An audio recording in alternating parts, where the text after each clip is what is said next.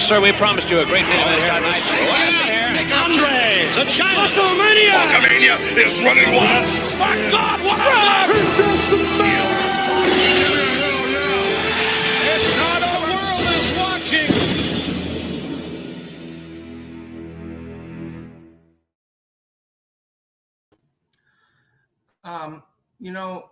I hate the internet.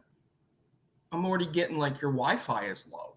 But I feel like we've got the whole crew together again. We're missing Henry and we miss him, but he'll be back soon.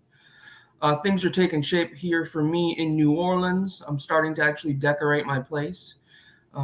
So as it says, over there, tighten the fuck up.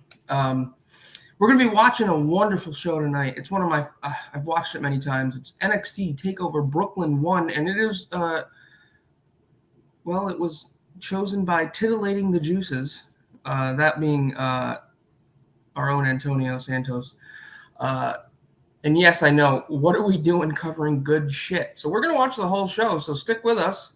2 hours, 19 minutes, and I'm going to tell you all right now, just before we roll this, everyone go to the cock. Go to Season 2, Episode 3, NXT Takeover Brooklyn. Get yourselves ready, because when this intro is over, we're going to roll right into it. And we're going to get this shit started. We're going to find out what everybody's up to. I'm very happy to see that Phil is back. He had, he had some anus surgery that required some things to go down.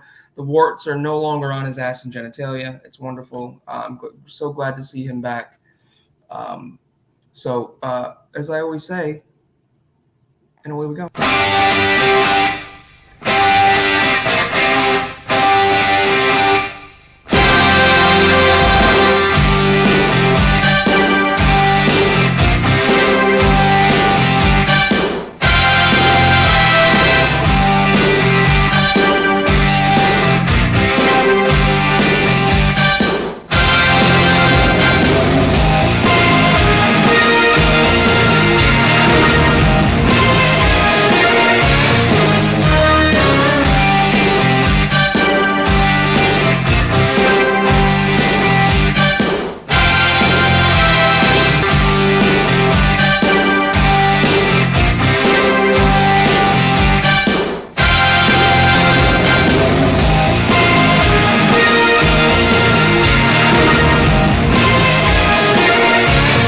Some Rhode Island sexiness.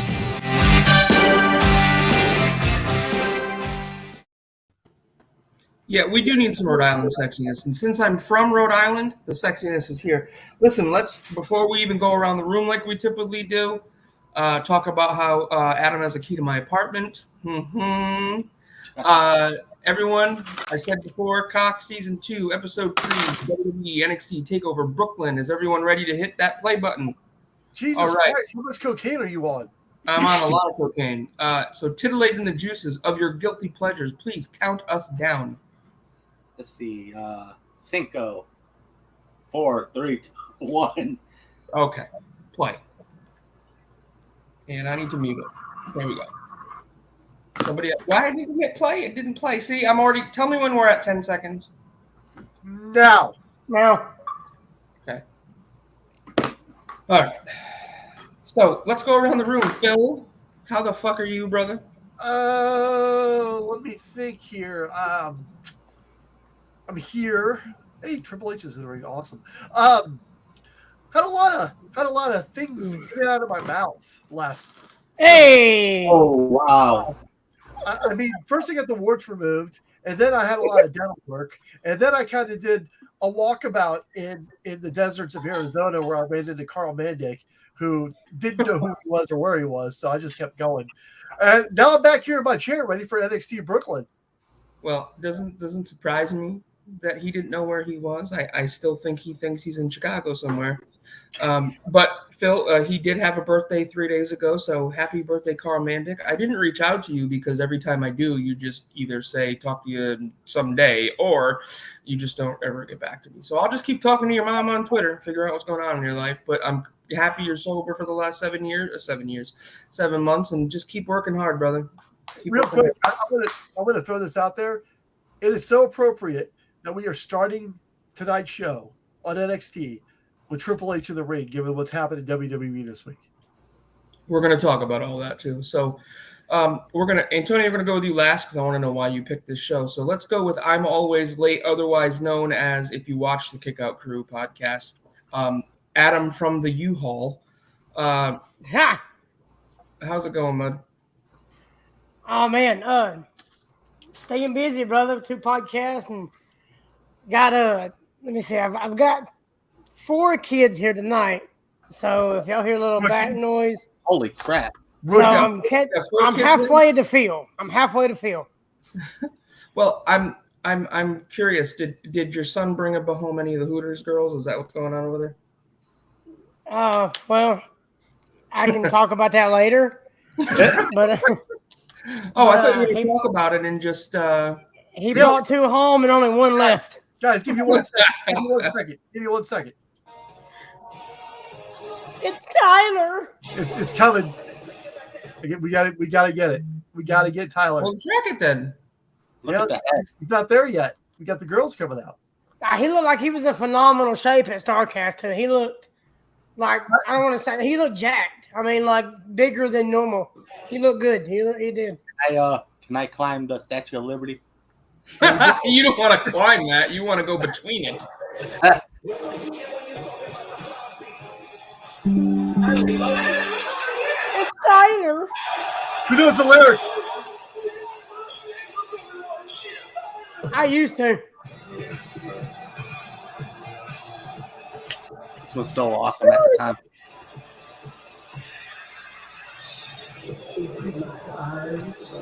And he's a good looking guy too, that's the thing. Wait, you know the lyrics? Oh, all right, let Phil do this. God, I miss Tyler Breeze. I miss Breezango. I miss so much. I was a big fan of Tyler Breeze. He should have been NXT champion at one point. Anyway, You so you got got a house full of kids. I've been to your house. It ain't big enough to have a house full Yeah, of I kids, know. as you've told me. So God bless you over there. I appreciate it. But SummerSlam was great. We gotta talk about SummerSlam, brother. We'll talk about that. We talked a little bit about we recorded before SummerSlam, did we? No, we did. We talked a little bit about it. We can talk more about it. Brandy, my love, how are you? I know you had a rough couple of weeks, so with COVID. Yes. So the last update we had is I took a weekend off. I took a Friday off and I unplugged and kind of did my thing. Well, which, Brandy, I want to tell you something. That is a fucking phenomenal thing, and I think all of us should do it at least once a year because it's just don't do what I did and catch fucking COVID. Well, yeah, don't do that. I mean, stop making out with people that got COVID. So 0 out of 10, do not recommend. And then Sorry, I gave her COVID. While I was sick, my cat disappeared. Oh man, Sapphire. And it's been about 2 weeks now, and unfortunately, my baby is gone. I don't want to give up hope, but I also have to just accept. I hope she gets back, knows where she is. You know what? Sapphire might have found herself a proper man that's treating her right, and she's making all kinds of sweet sapphire love. And sweet sapphire love. With the $1 million kitty, is that what you're trying to say? Yeah, she could be moving on to the next stage of her life. So I am getting better. I was able to go back to work. We're recording on a Saturday. I was able to go back to work yesterday for a couple of hours, which was all I did was really just get through my email. Oh God, yeah, please. Yeah. But other than that, things are doing okay. My house is. I want to say this: quiet. COVID is no joke. No, it's no joke. And I'm not sure, Phil, have you had it? Here's the thing. I've never gotten a positive test result, but when one of my kids had it 2 days later, I woke up and I couldn't breathe. I went to the hospital and got tested, and it came back negative. But I think it was a false negative because I was sick as shit for several days, and I was working from home, and so I think I had it. It's never been on a piece of paper saying I had it, but I to this day I'm still having just a little bit of trouble breathing. I'm an asthmatic, so getting COVID as an asthmatic is terrible. But I will tell you, I did have a friend that almost died. not just almost died. They were in a coma for, I think, 6 weeks. They weren't vaccinated. There was one point I was at work, and I got a call from my wife saying that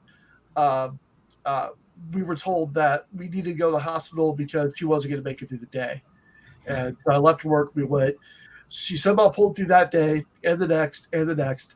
And now she comes over to my house at least once a week to hang out with my kids and my wife. So what I was getting at is I don't know. Did you wind up with it, Antonio? Actually, I probably did, but I never really got legit tested for it. Adam? I know I probably had it multiple times with the job I do. See, that's the crazy thing was I've never had a positive test either. I had a headache for like 2 days, but other than that, I haven't had no kind of side effects or any kind of effects. What I'm trying to get at is even the vaccinated get it. It's a matter of the vaccinated don't get it as sick. Now I have the Delta variant. I think Brandy, what is it? What is the Omicron now called? V5? I don't know. They've stopped giving it 1-letter names, and they've gone on to like Omicron B level subset A, and exactly. So what I'm saying is, and I know Brandy, you're what triple? You're triple, right? I am triple vaccinated. And I'm triple. Once I hit my 90-day window, my ass is going to get a second booster. Yeah, I'm triple, technically double because I got the Johnson & Johnson, so it was a single shot instead of the doubles. So I got that, and then later got a booster. So what I'm getting at here, guys, is I won't get overly political, but I think that the booster, the vaccines work and stop you from getting extremely ill. And I think that Phil's example with his friend who almost passed away is what I'm trying to say is we love you all, and just get yourselves well and get vaccinated and take care. If you don't want to, I respect your decisions. I really do. And now that I live in a red state, I have to understand that. So I wanted to point out, I love Jushin Thunder Live. Oh yeah. I was so happy to see him in this, to see him at least on this show, because I think this is his only WWE appearance, is it not? As far as I know, yeah. I don't know. This is his only thing, and he he retired a couple years back and seems to be happy.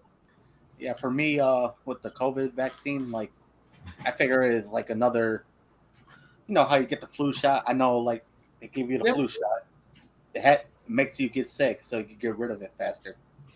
Well, I'll tell you this, guys. I never believed in the flu shot when I was growing up, and then I got I got so sick for 2 weeks, and then the recovery was another 2 weeks of just trying to get my voice back. And it was the flu. It was a full-on flu. I don't know if y'all remember during the Invasion angle when Rob Van Dam debuted and they kind of formed full-on. Yeah. That was in Providence, Rhode Island, and I had tickets to that show and was at that show and had to leave because I was sick. Damn. Wow. Like now I get the flu shot every year. I don't ever want to feel that ill again. I've had pneumonia. That's another one. Pneumonia is hell. I was hospitalized for like 9 days with pneumonia when I was in 6th grade. That's a fucking nightmare. Yeah, Go ahead. I had severe pneumonia. I forgot it's called. Was it empyema or something? I forgot the name. Oh, you must have had. You didn't have walking. You had the one that like could kill you. Yeah, my doctor said. Are you like meningococcal pneumonia or whatever? No, it started with an E. I can't pronounce it. That's meningitis. No. It was at the point where I was having fluid in my lungs. Oh yes, meningococcal fluid right in your lung. Yeah, my doctor said I could have died from it, and like. Yes, absolutely. Fluid in your lungs is not something to fuck with. The crazy part, there's supposed to be air in there, not fluid. The crazy part is, like, they were sending me home. Like, they were getting ready to send me home because I was feeling better. Supposedly, but then like another attack started where I couldn't breathe or anything. So thank God that happened, or else I wouldn't be here right now. Mm-hmm. Man, we need to turn this conversation into something positive. Like Yeah, this. Something positive. Vaccines exist. They help keep you from getting as sick, and you should leverage every option you have available to you. Yes. Right. I'd rather be a little sick than bedridden. So yes, that's what I was trying to get at. I was trying to turn Honestly, something my positive. symptoms were not that severe. I just felt like I had a cold. I'd rather get herpes. Can we just talk for a minute about how pretty Tyler Breeze's hair is? Tyler Breeze is everything. It's pretty. Okay. Who paid more for their haircut, Frank or Tyler Breeze? Tyler Breeze. Oh shit. I want everyone, by the way, everyone who's watching right now to get a good look. Get a really good look here. I want everyone to look at Frank's hair, get a good look at that hair. Frank paid $50 for that haircut. I could literally do that haircut myself in 20 minutes for free. That's what I do. That out. Well, then get your ass in the car and drive down to give him a haircut. I'm still learning my surroundings here, and somebody's like, "Oh, go to this place, Mariposa. It's great." And let me tell you something. They were fucking phenomenal. The guy was great. I had a great time. It was just expensive. Did you get a haircut from the Zohan? Do Uh, you know who the Zohan is? No, I've never watched that Adam Sandler. Oh my God. Very good. Adam Sandler as what was he? Israeli barber stylist. Oh, I never. Some kind of henchman, yeah. Yeah, I couldn't. They gave you like pelvic thrust, gave you a haircut, shampoo. Your Yeah, hair. and then take you in the back and bang them. No matter if it's an old lady or whatever. Shampoo bottles start flying off the wall, and Yeah. this 80-year-old lady walks out and thank you, Mrs. Whatever. We'll see you next month. And there's a line out the door. Yep. Waiting on the Zohan. It's actually some of it's kind of corny, some of it's pretty funny though. So I'm gonna use a phrase that Phil uses, but this match is fucking great. Yes, we haven't got done going around the room, so let's go to tittillating. And I wanted to find out, why'd you choose this? Just a heads up, I got my back massager going, so if I fall asleep, I'm sorry. This thing's amazing. Wait, what he meant to say is that's his crack massager. Oh Jesus! No, that's over there. I got it. I mean, I picked a show. I mean, I could have picked any NXT Takeover during this era. But I've already picked the best one, so he picked the second best one. Oh yeah, but like, this was a great show. Like, I enjoyed when like the Vaudevillains finally got that big pop and won the tag team titles. I enjoyed it. Forgot about that. I totally forgot about that. Ah, crap! I forgot about spoilers. Jesus Christ! The show is only 7 years old. Jesus Christ! It is. Wasn't this the first time Bayley and Sasha fought each other? No, it was her big. I think they were all. I think Sasha was actually in the main roster at this time. Yeah, she was Team Bad. No. This is Sasha Bayley won on this one, and then they have one match, which is the Iron Man match. It main evented their next one, so this is the first of their two matches. Oh, okay. This is at least the second one. I totally forgot Liger wins. Match main events. Yes, of course. Oh, okay. I mean, honestly, okay. do you guys not remember Mil Máscaras? No, yeah. No, also, amigo. So speaking of, welcome back, Bayley. Yeah, it was awesome. Bayley. Also, the main event of this show, Kevin Owens and Finn Balor in the ladder match. Great match. I will say, so this show was the first. I think it was the first time because wasn't this SummerSlam weekend? Yeah. So I did this. I was like, I'll watch this NXT stuff, and I was blown away. So this is the first show I saw of NXT. So since Henry is not with us, he did leave me a little Henry Factoids mini map it. Okay. So of course this is NXT Takeover Brooklyn. Is that what he calls it? Mini map it? That's what I'm calling it. Oh, I get what you're saying. That's the name of his PP. The borough of Brooklyn is one of the 5 boroughs of New York City. As of the 2020 census, it had a population of 2.7 million people, which, if it was counted as its own separate city, would rank 3rd behind Los Angeles and Chicago. It was founded in 1634. It was its own separate city until 1898, when it was combined with other cities and townships to form Greater New York and what would be known today as New York City.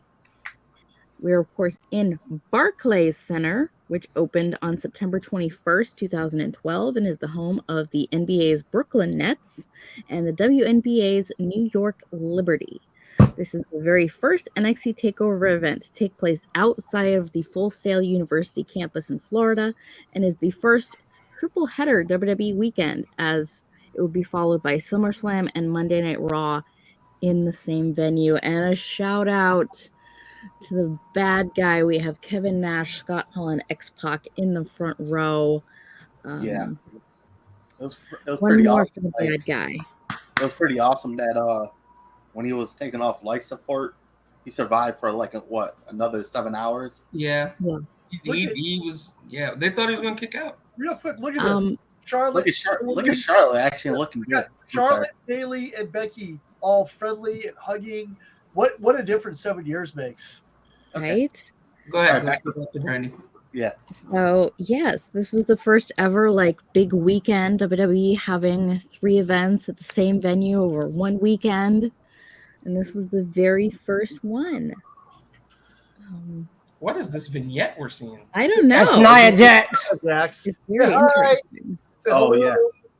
You mentioned Scott Hall taking off after getting taken off the ventilator, how he lasted 7 more hours.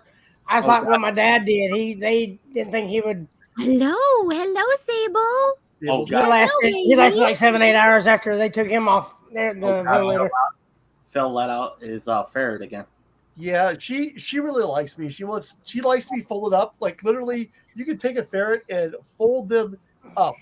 And So, they're like that. They fun love fact, that. you guys, the Oh You Didn't Know podcast, which is part of the Podcast Heat Network, I think, is co-hosted by Ryan Katz. Well, we just saw Ryan Katz, who worked at NXT after coming out of the SoCal independent scene, and he did the little He was on screen? Oh, that was him? That was him. The one that was with the bullhorn, yes. Wow. That's him. I didn't Seen even him know. in Nashville. We did see him at the hotel. He was with Road Dogg. So Yeah, Road Dogg and Scott Armstrong. You know what's funny? Road Dogg followed me on Twitter, completely out of the blue. He's that much shorter than most. I love that. Wait, he followed you, Randy? On Twitter, yeah. That's awesome. Who didn't somebody follow? So who was it? Was it you or you, Phil? John Cena follows me. What? So somebody had got a random follow from John Laurinaitis. I have Sergeant Slaughter. I got one of them from Laurinaitis. I got Sergeant Slaughter. I got Sergeant Slaughter. I got Cyrus Fees. Well, yeah, I think we all have Cyrus. I don't. I have Cyrus. I wasn't a part of the episode he was on. So I have Cyrus. If anybody ever wants, I've been thinking about just randomly texting him just to see if he remembers who I am. Isn't Alexa with? Oh yeah. Yes. Oh, yeah. This is the Sweet Blake baby Alexa Jesus. Murphy factor. I look at the. This is one of my favorite gears of all time. When they did this, it's like Iron Man gear. Yeah, that was Iron. Holy crap. My friend Connor, who came with us to Top Guy Weekend, Alexa is his number one end all be all, followed very closely by Scarlett at number 2. So, but Alexa is his gal. Yeah. Well, so is friend of the show James Quillo. That's his. Oh yeah. Favorite. He's got an unhealthy obsession with Alexa Bliss. I'm not gonna lie. Look, everyone sits there and fantasizes about fucking her. I just want to see her naked. I just want to see the puss. See what it looks like. Wow. I want to see the J. Frank went there. You went there. To be honest with you. You went there. You. Speaking Just of which, want to see you naked. Maybe spread them and spread it, and we're good. I'm good. Hey, Wow. hey! Cancel culture. Guys, while the match is going, I want to show you guys something. I'm going to try. I hopefully this. Really quick. Do you think they're gonna let Scarlett keep her OnlyFans since she came back? Well, they're letting who is still able. Dakota said she's still going to be able to Twitch stream. Yeah, OnlyFans and Twitch streams are two entirely different animals, though. My God, I subscribed to Scarlett's OnlyFans. I'm not disappointed. I don't care if she's nude or not. Antonio, you are probably keeping the pro wrestling OnlyFans business alive with all of your subscriptions. I mean, oh God! Tell me the show because we remember.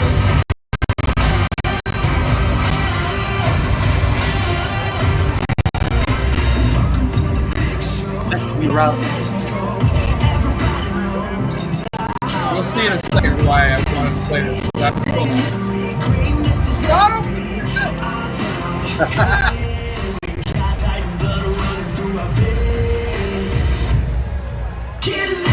You notice I'm staying out of the screen because I don't see with all this crap.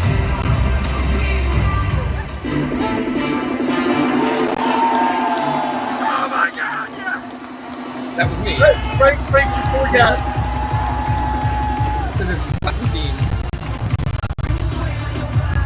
Our friend JD Tooth designed the beard.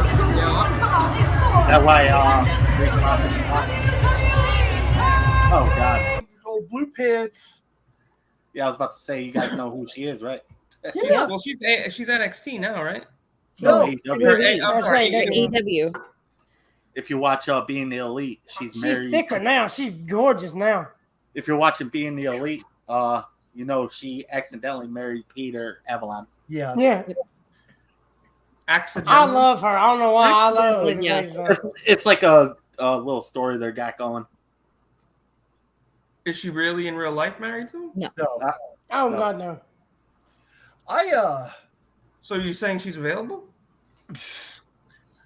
I don't know what it is, but I never was on the Vaughn Villains train. I wasn't a huge fan, but I didn't mind them. I mean, I like some of the stuff Storm and Gotch did. The gimmick was kind of neat for like 5 minutes, but after that, I'm just like, oh, the Vaughn Villains, yay. No, I think what killed them was going to the main roster. Yeah. You see, the tag team I thought, and probably everybody and their mother thought, coming from NXT to the main roster, that was going to explode was Enzo and Cass. Well, they did. That didn't work. No, they did, and then they They broke did up. until somebody had the bright idea to split them up. Look, I still believe Enzo got a raw deal, but he doesn't know when to shut up. Nope. Yeah. So That's also kind of what got him to the dance. I know, but you know what? Look, it was fun. Whatever the woman did, you know, he didn't tell the company about it. They reacted because of that. It came out that it was all false. But he went on and shit all over the company. What you should have done is kept your mouth shut. And maybe they would have brought you back. Like I don't understand. You know what? They still might. With WWE, you just never know who they're actually going to bring back. I'm surprised Cass isn't back there now. He's not under contract with anybody. Cass, I would fully expect Cass now, not Cass, 6 years ago. Cass today. No, Cass is good now. Cass is a great guy now, and I'd love to see him have a WWE run. I mean, his Impact run was fairly successful. Oh yeah, I love. You look great on AEW too. Oh yeah, I love when the crowd chanted, "We want Enzo," and then Cass did the Enzo dance. He's like, I forgot what he said. He's like, "You ain't getting fucking Enzo!" Like it was great. Yeah, it was good. It was good. I don't. Is it? There's rumors they didn't get along, or I don't even. Oh, for real? I didn't. I thought they were like. I heard rumors that he wasn't. That Enzo was a pain in the ass in the backstage. Oh, that is not a rumor. That is like he was a total douche bucket backstage. Yeah, like legit. Simon Grimm punched him the fuck out because he was being himself and wouldn't shut up. And so Simon actually had to fucking punch him. Simon who? Simon Gotch. Gotch. Oh, Gotch. Okay. Yeah, Is that he had getting actually fired? legitimately punched him the fuck out. Yeah. His Indian name is Simon Grimm. Simon Grimm. Is that what he got fired for? No. No, I Yeah, forgot. Cabana Man had a good match with Simon. It was pretty good. Who? No, I don't remember Cabana why Man. Simon got fired, but that was just something that came out afterwards. Is he just talks about how Enzo wouldn't shut the fuck up, and that they had actually come to beef and had to actually punch him the fuck out. Didn't he say he Who had the no fuck is remorse Cabana for Man? when Enzo knocked Cabana him Man, out? damn, my Man wrestling Jam? buddy. What? I still don't know what you're talking about, but all right. He's my wrestling best friend. I train with and everything. Yeah. All right, I'll take your word for it. No, Cabana Man, wrestler that Adam. Yeah, you said you work with, right? Yeah, we trained together, had matches together, tagged Badass. together. You say that ass. Yes, I did. You see, she got a boob job now. Did she? Yeah. If you notice Alexa now. She doesn't need a boob job. Like, I don't understand why these women do this. They're fucking beautiful without that. Like, I don't know. I don't get it. Like, But she didn't go outrageous with hers. That she just made hers looks natural for her. Actually, it's normal. Yeah, it doesn't look. It's not like a drastic difference. It's not. It's you really have to actually look. I think it's for me. I think it's the Johnny Ace effect. Like ever since he came back, you notice that women's division was like going downhill again. Hey guys, so there's actually a story behind her implants. If you guys would like to hear it real quick. you have a picture of them, or? During a 365 feature at WWE Network, the 27-year-old Bliss revealed, this is a couple years ago, revealed her health had once deteriorated to the point that she might have died. Bliss said, "I've had implants since I was 17. We're just going to throw that out there. When I had my eating disorder, I got down to 85 pounds. My doctor told Mom if she doesn't get admitted, she will die. They treated my health symptoms. They didn't treat the mental side of it. The second time I was hospitalized, they treated it like a mental disorder and a mental illness. That's when it actually started getting better. So I was very self-conscious about my body and the fact that I felt like a 7-year-old boy. There are studies that show implants help women recover from eating disorders because they feel more womanly and they feel better about their bodies and better about their self-image. All the doctors that were in on this one procedure were my pediatrician, my eating disorder doctor, my psychologist, and my psychiatrist. I will never regret doing that for myself because it helped me get over my eating disorders and my body image issues." So she's only had the one. It was when she was 17. Anything else is just her making it look better. Okay. I didn't know that. Yeah, I mean, I knew she hadn't struggled with an eating disorder before. I knew that. Yeah, I knew that. But I mean, look, I just think, it's the same issue I have with I don't understand sex changes and stuff. I think it's just you got the body you got is what you got, and you gotta love it. And I'm one to talk. I mean, I look in the mirror in the morning and go, "God damn, man, you're fat." I do that. So, I don't, if you don't have big boobs, you don't have big boobs, but you're beautiful other places. You're beautiful and I don't know. All right. I get off my soapbox. So just let's watch. I look in the mirror. I look at this hairy body. Keeps me but warm that's all who winter. you are. Keeps me warm all winter. I'll tell you something. You'll do a full body shave if you come down here, man. Amen. Yeah, Antonio wouldn't last in the South with all that fur. $140 from his barber to get it too. Hey, I thought Adam O'Neil was going to have a heat stroke being in Nashville. He was having a rough time. My God, I didn't realize how tall he was from the picture. Oh my goodness, yes. Please be prepared for Top Guy weekend because the two of us are going to be some of the shorter people there. I know. Short people. Well, Bobby is too. Bobby's only 5'4". I have an announcement on that as well. I will not be in Chicago this year. What? Sorry. I'm gonna try to be there for at least Top Guy weekend. I'm not sure about the pay-per-view. I mean, well, see, that's what sucks, Antonio. Is I would have loved to have met you in person for finally. It's like, Oh, there was a sign that said, "Sorry, Ed." I wonder what Eddie Prather did to them. Right. Eddie, we love you. We love you.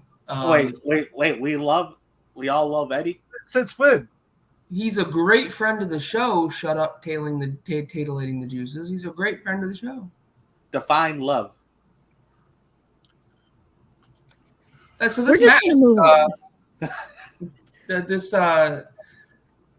that's Buddy Murphy, isn't it? Yeah. Yes. Yeah. So I will say I got to see him debut at AEW. That was pretty cool. Buddy Matthews. Yeah, see, Aiden English is another one. Like, he's got some talent. I just don't understand how they couldn't have figured it out. Yeah, he could talk. He can talk. He can sing. I mean, come on. Like the root. Like You want to talk about bagging a super hot wife? He married oh, good lord, Eddie Eddie Guerrero's Guerrero's daughter. He did? Yeah. Yes, Raquel. You see her OnlyFans, Frank? No. Is there nudity on said OnlyFans? I'm not. Look, if I'm going to subscribe to OnlyFans, there better be nudity. And if there's not, I'm not going to subscribe to you. How about you subscribe just because you want to support the wrestler? Yeah, I said. Okay, I will support the wrestler by going to the shows and cheering for them. And, and there's another way you could do it if you really like that wrestler. I don't. I mean, what? So let's, for instance. By the way, Brandy. At Ric Flair's roast, I was a few feet away from Miss Jordan Grace. Oh, yes. He's fabulous. She walked right by us with her very short yet could kill me husband.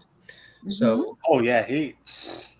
Oh, got to meet Josh Alexander too. Great guy. Here comes Blue Pants kicking some ass. Blue Yep. Pants. See, now why does that turn me on? I'm just saying. Cat fight. Well, it's like she's like about to sit on her face and just munch each other. Oh, I'm sorry. I'm so like I don't know. What did you do tonight, dude? Well, I think this is like This is a first. This is like it's the first time in a long time that all of us have actually been on a show together. I know. We don't have Henry. And Henry Frank leaves is the finally settling in his new place and his new job. And Look at which, that. by the way, I will not be advertising I do this show to the folks over at my job because I would not want, especially after what I just said, I would probably not want anyone to watch it. So, Speaking of doing things, I would like to do a special, very happy birthday wish to Mike Kolb. Mike, happy birthday to your brother. Birthday, Doug. Mike. I texted him today and said, happy birthday, you sexy beast. And he said, thanks, stud. And I was like, please think of me when you're pleasuring yourself tonight. No, Or actually, when your wife is pleasuring you, I think is what I said. I guarantee you, we're gonna have a picture of his buddy's balls again. Oh God! That was like, it's like, I don't even. It's the things that we all do. That's what we love each other. So Antonio, what's the finisher's name? The tag team. The Whirly Dervish. There you go. I love that double team finisher. They're about to show it. Oh, right here. No, Not a bad swanton. Oh, that's the Swanton. Where's Yeah. the Whirly Dervish? they're about to show it. Hold on. I think. Ah, jeez, Alexa Bliss. Hello, Oh, Alexa. my God. Hello. Now she's gonna put her crotch in her face. Yeah, Lord. there it is. Like, boop, boop, boop, boop, boop. Lick it. Right here. Right here. Uppercut, neck breaker. Simple but effective. Yeah. I mean, it was honestly a great match. Again, there's nothing. I don't think on this show that's not good. No. But what was I gonna say? So you know what I think was with me today is my friend called me and he's like, "Oh, I'm talking to this girl. I'm talking to that girl. I'm talking to this girl." And I'm like, "How are you talking to?" I didn't call you today. What? I didn't call you today. Oh, I don't call you my girl. I call you. I call you my. What's that? Oh, when you were here, we were watching. You're a southern. 40-year-old virgin. Tuck your sack back, get a little rouge on you. Gina. Yeah, been previously with the ladies, so I'm looking to hop back on that pogo stick. You know what I mean? So I think right now, considering the topics of conversation we've had this evening, would be a perfect time to interject with the TGT group chat quote of the week. Oh, Jesus. Oh God. This week's quote comes also with an accompanying picture, but is brought to you by yours truly, in which I say Frank hulks up every night before he uses it. And what are we talking about? Oh no, the Hulkamania fleshlight. Oh, good Lord. So Frank, You want to talk about good Lord? I've got Pac and Prince Devitt, aka Finn Balor, on my screen. Are you looking at his face, Brandy? It's a nerdy looking Pac right here, too. And Cesaro! Cesaro. Look at Claudio. Look at Claudio. God. And it's funny because he just looks like he's so big here. He's not really that big in person. I know he's not. Oh, Rick Rubin. He's a top guy. Yeah. Rick Rubin. I was real quick. Corey Graves. I thought he was clear to wrestle. He is, but he doesn't want to. He is. I think he's happy doing what he's doing. I think I'm predicting, not right now, but at some point, you're gonna have Corey and Pat McAfee fight. That would be kind of cool. Yeah, I mean, when I first started watching NXT, when they rebranded it as a legit wrestling show, I saw Corey Graves wrestle Sami Zayn. Like, he could go. I will say, good. I will say, Pat McAfee's SummerSlam outing was not the best. Nah, I don't. His WrestleMania match was great, and his match with Adam Cole was great. Not everyone has a great match, but just from what little experience he has, he's still really good. And I can't believe these next words are going to escape my mouth, and they're probably going to make me physically vomit. I irrationally hate Logan Paul with every fiber of my being, but that man took the business like a fish to water, and was so impressive at SummerSlam. That I mean, he had that tag match with Miz, but usually in like tag matches, you have somebody else to help you along, to carry you, to guide you. This was just a straight up one-on-one match, and he did great. Oh, yeah, that frog splash through the table was great. I still don't like Logan Paul, but he's way better than his brother. I mean, let me tell you this: everybody booed the shit out of him when he was coming out. When he left, they were cheering him. He did a really good job. Let's give Miz some credit too, because he called that match. But Miz is so undervalued. People do not realize that company. I think Miz made him look good and Bad Bunny last year. So how about we get Bad Bunny versus Logan Paul at WrestleMania? That match would suck. Yeah. Just like Ric Flair's last match, it would just suck. Oh. Yeah. I mean, I understand why they did it for, because Rick wanted that last burst of Ric Flair's last match was in 2008. I don't care what anybody, and everyone's like, oh yeah, I can't believe you're not last match. And if y'all would have heard, it was 14 years ago. Yeah, if y'all would have heard everything we heard at Starcast, the way he was acting, the way he treated people. Did you went to the show, didn't you, Adam? Yeah, I went. No, expand upon this a little more. Was he a dick? He cut out from his meet and greets early. He, it was like 2 hours early. Like he wasn't like people seen him 2 out hours about. early? Yeah, one day he cut out like 2 hours early. This was Flair? He had a line of people and said, I'm doing 2 more people and I'm leaving. This is Flair? Flair did this? Flair did this, yeah, because me, and you can ask Adam O'Neil too, because we were talking to a kid that was in his line. And he said, yeah, we were in line. He still had a huge line. And he said, I'm doing 2 people and I'm leaving. And he did. He said that kid was luckily one of the 2 people he did live. He did. Wait a minute, but didn't people pay? Yeah. So what did he do? I don't know. That kid didn't tell me all that, so I have no idea. Man, he was in the line, and he said that people were just like, what the fuck, man? We pay for our meet and greet. I know Brady has this stat too, but this one impressed me. Ric Flair's last match was the second highest gate for an indie show in North American history, and the only thing better was All Out, and All in. All in. All in. I tell you, it was this close. The difference between the two was $10,000. Like all the matches on that show was Like good. it was except for nearly $450,000. There was between 20 and 25,000 digital buys on top of that. When you say Like, digital it's buys, you enough. mean pay-per-view buys? Yeah.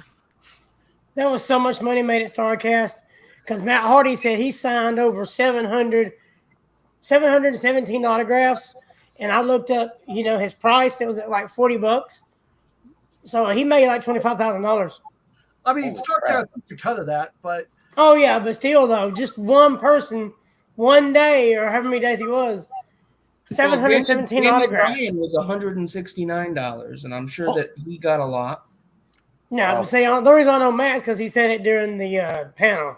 So check this out. We got Ty Dillinger in the ring. I was lucky enough to go to a live NXT show when they were touring. And the main event was Ty Dillinger against Bobby Roode. And it was spectacular. And Bobby Roode. It was glorious.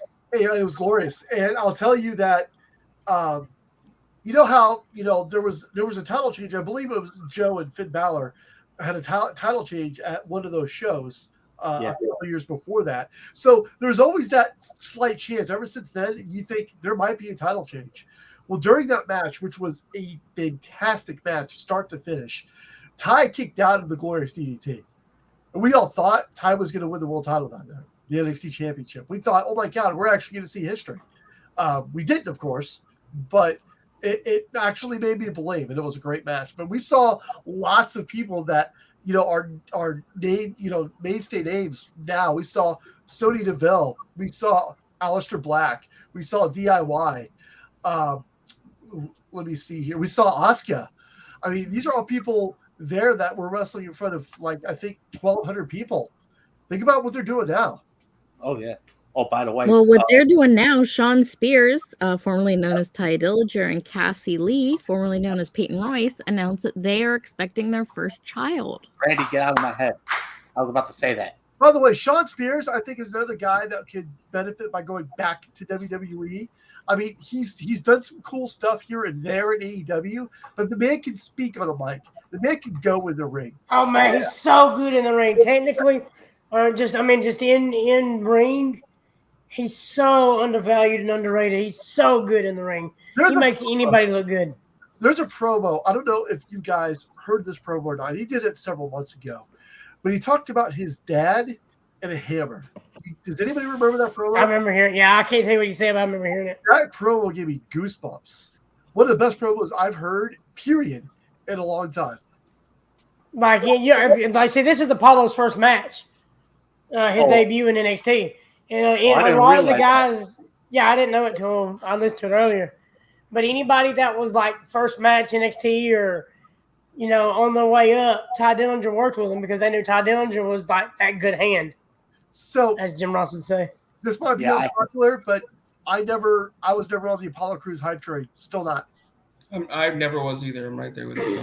Well, I mean, like, I hate NXT 2.0 right now, but Apollo going back and just getting rid of the Nigerian gimmick and all that, just being himself again, gives me hope.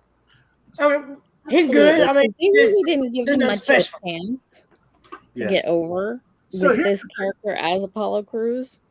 So I'm one for one on this. So I made when I was watching wrestling, NXT, I saw two people that I thought were going to be like the absolute future top tier main eventers of WWE. And neither one of them quite got there. One did for just a cup of coffee. The other one has not. But I predicted that both Finn Balor and Baron Corbin would be main eventing WrestleManias. Neither one of them has. Balor got a world championship. But, I got it wrong. But I still think what Baron Corbin has surprised me with his flexibility and what he's been able to do as a character. People knock him constantly. He's got like this go away heat, but he does everything he's asked. Like, if you had told me during this lone wolf phase that we're about to see, by the way, I want to track that intro. If you told me that he was going to come out and dancing like an idiot with a white hat on and the casino shit, I'd call you a liar. But he's making it work, and he's kept himself relevant. Yeah. I hate to say. Oh, look at him. Okay.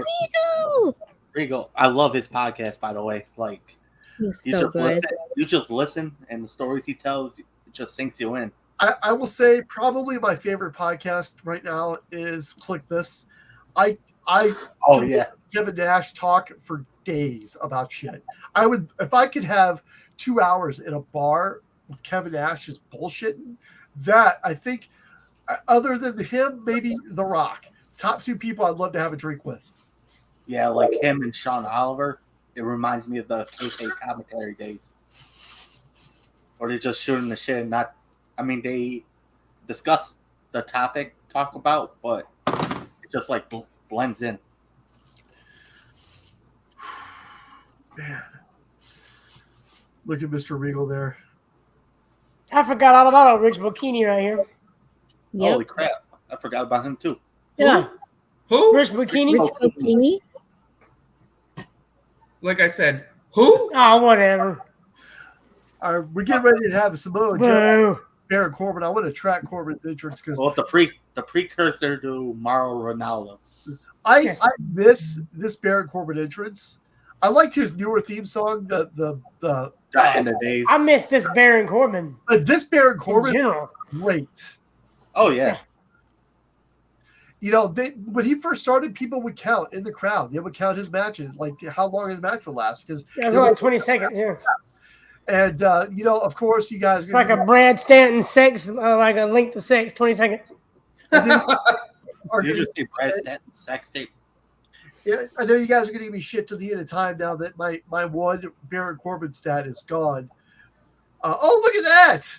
Look at the finalists there. What's funny? That's Amanda, not Mandy. That's Amanda.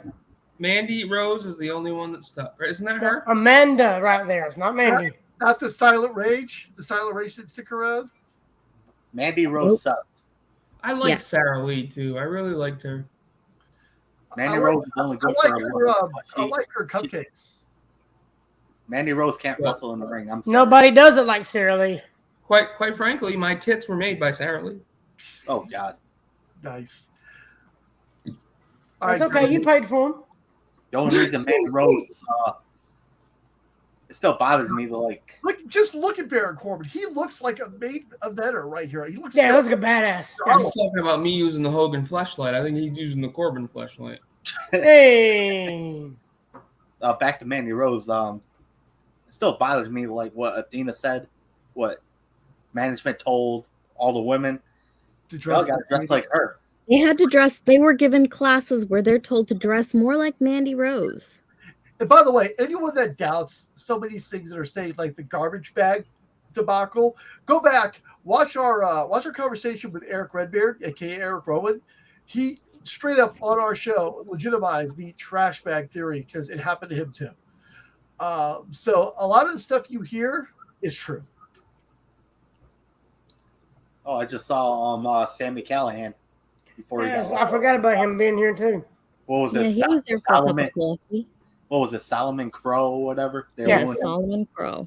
Was it a Samoa Joe's? Was this his debut match? I don't think Angelo Dawkins. That was Angelo Dawkins? Yeah, it was Dawkins.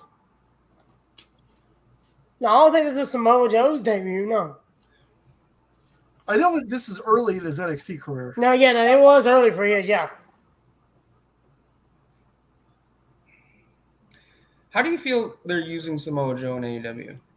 I mean, I'm glad what they need to do. I'm sorry, I didn't mean to interrupt you. They need to figure out what the fuck they're doing with Ring of Honor. Exactly. And he's been hurt too, so it's kind of hard to say. Showing us a leg over there. You're not paying attention. Brandy. Yeah, Yes. I said, what are you do? You're trying to entice us by showing some leg over there. Oh my God. No, I'm trying to get comfortable. You're making Frank uncomfortable. No. Get him a rise in his Levi's. He's hot and bothered. The fact that Frank's more perverted than me right now. Frank is like my friend was talking about all these girls he's been talking to, and I'm like, what are we talking about? Oh, on PLS. That's what I'm saying. I didn't call you today, so why you keep talking about me? Well, That's what I tried to say earlier. So there's this dating app called Plenty of Fish. I'm like, I'm not gonna. Who the Oh fuck? no! Stay away from that crap. Plenty Stay away of from that Fish? crap. So I looked at it and I'm like, who the fuck are these people? here we go, guys. Here we go. Drag it. Oh my god!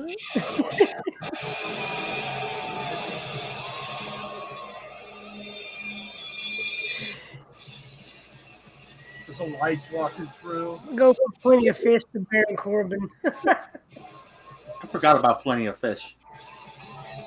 Yeah, I did too. God. I tried that. All I got was spam. It's the trashiest love connection, sex connection site. It's a sex connection? Pretty Yeah, much. like- That's what that's used for. He's always got good ring gear. Like Are you tracking it? I thought we were listening to it. I just tracked it. I know, but that wasn't all of it. He's still walking to the ring. Oh yeah, but the song's not that good in my opinion. I like Dark. What is it? Yeah, that one was the better one. Yeah, I use that as my for my creator wrestler in 2K22. They should have used Alter Bridge. Don't fuck with me. Don't fuck with me. Alter Bridge is good. You were just too busy talking. I didn't say they wouldn't. You were busy. You were too busy talking to your girl. No, Plenty of Fish. No, well, I don't know. He was talking to somebody who was sending him some very inappropriate photos that I was very happy he shared with me. My friend, They were inappropriate. my friend told me about his experience with Plenty of Fish. Oh, I mean, God. he got some, but But it smelled like fish. pretty much. That's the thing. Like, I don't know how I feel like He when he did it, he mostly got women's girls that are in like areas that Adam would live at. Oh, geez. First of all, I've been to where Adam lives. It's actually really nice. And besides the one street called George Wallace Way or whatever the hell it is. George Wallace Drive. Yeah. I will tell you where I live is not very nice. There are at the very, very, very end of my street known meth dealers. But my end of the street is, I won't say decent, but I do have the largest house on the block, and that's still not saying anything. But yeah, I don't live in a very. They like to call our what is it? White Trap, White Hoosier. I have the smallest house. I ain't worried about it. Yeah, it's, And you shit on yourself too. It's nice in there. no, my house is not the best. I promise you. Do you own it, Phil? No. You rent it. But I do that on purpose, and I'll explain to you why. I enjoy renting a house because I don't have to worry about paying if my hot water heater breaks or if my air conditioner goes out or anything like that. If something happens in this house and it's not my fault, I don't have to pay for it. So that's kind of like a little bit. It's like a car warranty. And my landlord, who's a fantastic human being, has told us when he is ready to retire, he does plan on offering us this house, which we're going to take him up on the offer because we lived in this house, my wife and I, longer than any other house or apartment since we've been married, and it's the right size for everyone here, and it just works well. But it needs it's an older house. It needs a lot of TLC, a lot of remodeling. I'd love to have $20,000 to invest in this house, but I don't have $20 to invest in a pizza right now. So, but I mean, I like my house. I like the way it all is, but it could be better. It's but I will tell you. Here's a quick story. So, this house is actually a block from my old house. My last house we rented it to, terrible landlord. We came over here, we looked at the house. It seemed to be like the perfect fit for us. 5 bedrooms, plenty of space. This is before I had 18 kids, only had 3. And I mean, it was a perfect fit. And the landlord had told us that up to this point, all of his applicants were like people that didn't pass credit checks, or people that wanted like their family plus their friends plus another family to move in, or people that, you know, they just weren't the right fit for the house. We came in, we looked at the house, and we talked to him before we even applied. He said, I've talked to so many applicants, but you guys, I can tell you right now, I want you guys in this house. So if you apply for it, it's yours. So my wife was grinning ear to ear. And, you know, that's all there is to it. It's definitely, I would say this house probably isn't even worth six figures. But most houses in my area aren't worth six figures. Isn't or is is? not. Oh. Is not. You know, and we've talked about moving, but we cannot find an affordable 5-bedroom house anywhere around here that's even close to what we're paying now. So, you know, we kind of feel like we got lucky, and when we buy this place, we can invest in it, make it better. But it works for us. So there it is. Now, if any of you guys ever randomly showed up at my house, I couldn't let you in because I promise you my house is a mess, because it's always a mess. And I hate it. Well, you've got like 10 children. I hate. It's like that's always a constant stream of like Tasmanian devils going through your home. But I hate it when people see my house a wreck. I will probably have a heart attack if you guys just like, we're gonna surprise Phil, and I knock on the door. There's like 5 of you here looking back. There's like a whole living room like with trash on the floor, dog hair. The laundry area by the kitchen has like pile of clothes 6 feet high. No, I'm like, sorry guys, surprise me again tomorrow. Well, I would be proud of you, because if it's not 7 feet high because you've got 7 kids, then you're doing all right. Yeah, it's rough. I will say, God, I'm really getting into my personal life here. My wife was diagnosed with sleep apnea several months ago, and apparently there is a huge shortage of CPAP machines. But this Friday, we're recording on a Saturday, so 6 days from now, she's finally going to get a CPAP. And, you know, so she's going to get a good night's rest and be able to wake up with more energy and be able to handle more around the house, which I'm really excited for. Yeah. And she's just going to feel better overall, because when you're not getting good sleep, it just contributes to you not feeling well. Yeah, I had CPAP. So she's just going to be a lot happier. And you know what they say, happy wife, happy life. Oh, God, I hate that. I had the CPAP for like the past few years. I've been feeling really better when I wake up. Yeah, that's Frank uses CPAP. I probably need a CPAP. I have not yet gone for testing, but I probably do. My wife wakes up every 2 minutes. Yeah. Oh, I don't do that. Yeah, that's when they did her sleep study. On average, she wakes up every 2 minutes. Yeah, I had a sleep study when I first got diagnosed with it. I had to take home sleep study test. They said I had 42 episodes that night, which is considered severe. Mm-hmm. Yeah, they were so concerned about the home test that they had her go to the hospital and do an overnight test there. Get a more accurate reading. And they were like, you need to get a CPAP. And they were like, oh, sorry, there's a shortage of CPAPs. You're going to have to wait 4 months. Yeah, well, there's a shortage of everything. Like I talked to Andrew Hermes, who's the top guy on Twitter, and he's like, they can hardly get cars. You know, he's a car salesman. He's like, there's hardly any vehicles, and when something comes in, it's like a stampede. Andrew Hermes is a ball of energy. I freaking love him. So if you're wondering what you should do, viewers, you should start putting together a bail fund, because he said he's down to do karaoke. So yeah, they with the CPAP, they told us, you know, we had to wait until August to hear anything back. And, you know, today's August 6th. I called August 4th for my wife because, you know, my wife, she's not a talker like I am. So usually I handle all that kind of stuff. So I gave them a call, and they're like, yeah, we just got a CPAP machine in.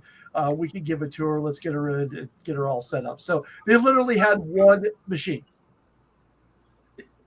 Is she getting a full face mask or? She hasn't decided yet. They're going to go over that during her appointment, whichever one works better for her. Yeah, I got the full face one. I told her, I've been telling her, I said, I can't wait to sleep next to Darth Vader every night. You can honestly, If it's anything like Frank's, because I've slept in the same room as Frank, you can hardly hear it. You can let it out. You have slept in the same bed as Frank. It's fine. Yes. Oh my God! And it's Details. not a I have several problem. times. Like, Details. I have several times. I told my wife, I said, there's going to be times I'm awake. you hardly hear it. It's not a problem. If anything, the problem was he wanted to put a TV show on Netflix called Sex Education on to go to sleep to. Was there thumping? Was the bed moving? It was a good show. It is still. It's good. But I'm like, that's not something you watch to go to sleep. I told my wife that I do. I'm going to speak. I'm going to like wait till like 3 a.m. in the middle of the night. I'm going to grab it off her face and put it in line for like 20 minutes. Like, the good stuff, and then put it back in the mouth. I can see Phil looking around like Bane. Oh, I love this shit right here. All right.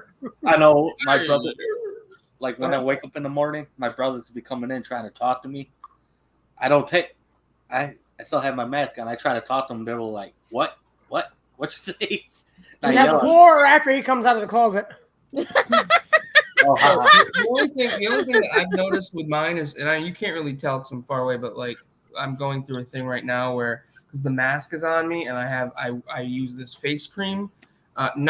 Don't go anywhere with the cream, okay? Oh, why not? You're welcome. Dries out by my You've face. gone literally every avenue of perverted crap tonight from the start of the show to now. You have Well, yourself down. if you guys aren't using a cream on your face, then you fucking plebs need to use fucking cream because you need to moisturize your skin. Well, Frank uses the cream from Alabama. And it's the best cream I have ever had. Oh my God! Southern Sunrise cream. Well, quite frankly, Hey, I like that. Sunrise. It's Southern Sunrise. I'm gonna be 42 in 10 days, Holy and crap! You're old.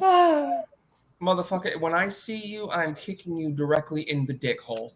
No, you're gonna give me a big bear Because hug. one of us, That's because true. Antonia and I are the same age, one of us is turning 33 first, and it ain't me. guys. Oh shit!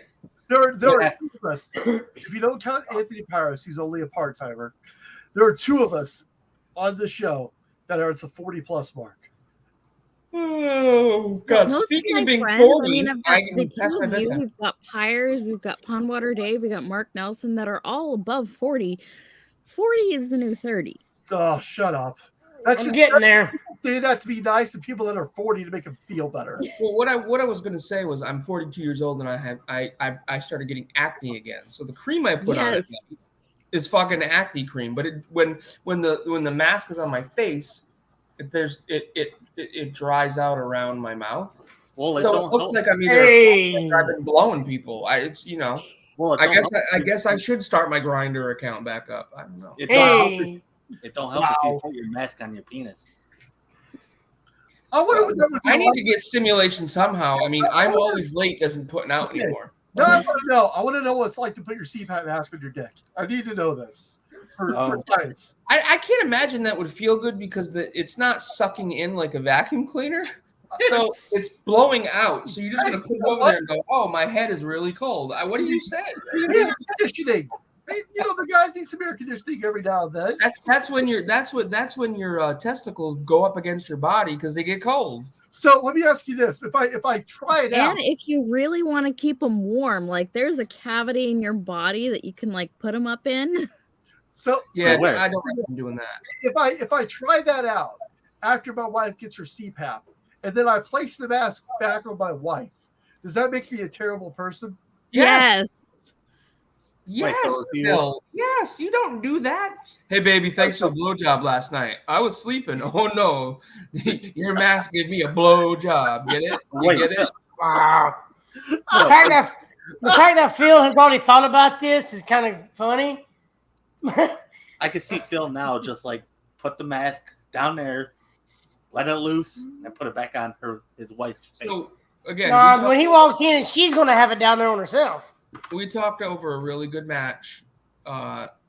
We've been talking over every good match, We do that every episode. Ocho and Baron, that was good shit. but now we got probably the match of the night coming up. It's just really hard between Bayley and Sasha and Finn and Kevin.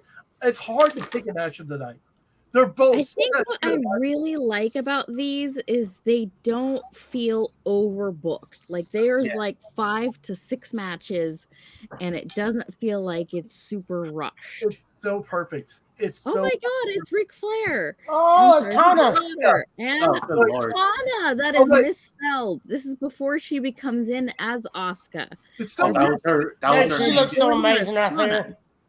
God, she And looked there's amazing. Team Bad. We've got Tamina and Naomi. I can't believe, and this is not a knock. So please don't believe it as a knock. Even though I'm not a huge fan, I can't believe Tamina is still employed. Yeah. I can't believe that Naomi's still employed. That's the jury's still out on that. We don't know for sure if they are or aren't. They did, both Sasha and Naomi did appear today at their scheduled appearance at C2E2 in Chicago. What's really ironic and funny is because Naomi, like when you take pictures with somebody, you usually stand pretty close. They'll put their arm around you. Sasha's got everybody like 5 feet away. Like, Oh, good Lord. in every photo, she is at least 2 to 3 feet away from the person she's taking the photo with. Good Lord. Oh, my God. God, Stephanie looks amazing right here. Sorry, Brandy, you're making a wonderful point, but boobies are now on the thing. Oh, my God. She's just beautiful. It's like the older she gets, the more beautiful she gets. Hey, I'll be Frank, right back. I've got to go use It's- my flashlight. Frank, Hey, Frank, where's Insane. Frank, where's I my need you to do me a favor. old promo video? Frank, I need you to do me a favor. I need you to stop right now. I need you to get up. I need you to go to your kitchen. I need Yeah. you to get a glass. I need you to put ice in that glass. You need to put water to that glass. Then I need you to come back here and sit down so we can all view it. I need you to pour that glass of ice water directly down your pants. Cool it, big boy. You're Well- telling him, look at me. I have it out. So here's what I. Oh my God! Did he just say that? On that note, That's ridiculous.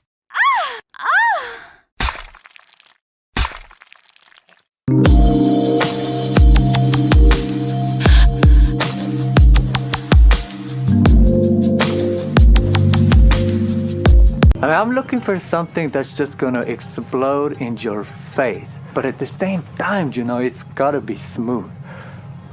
Do you know what the key is, though? You can't put too much in the bottom.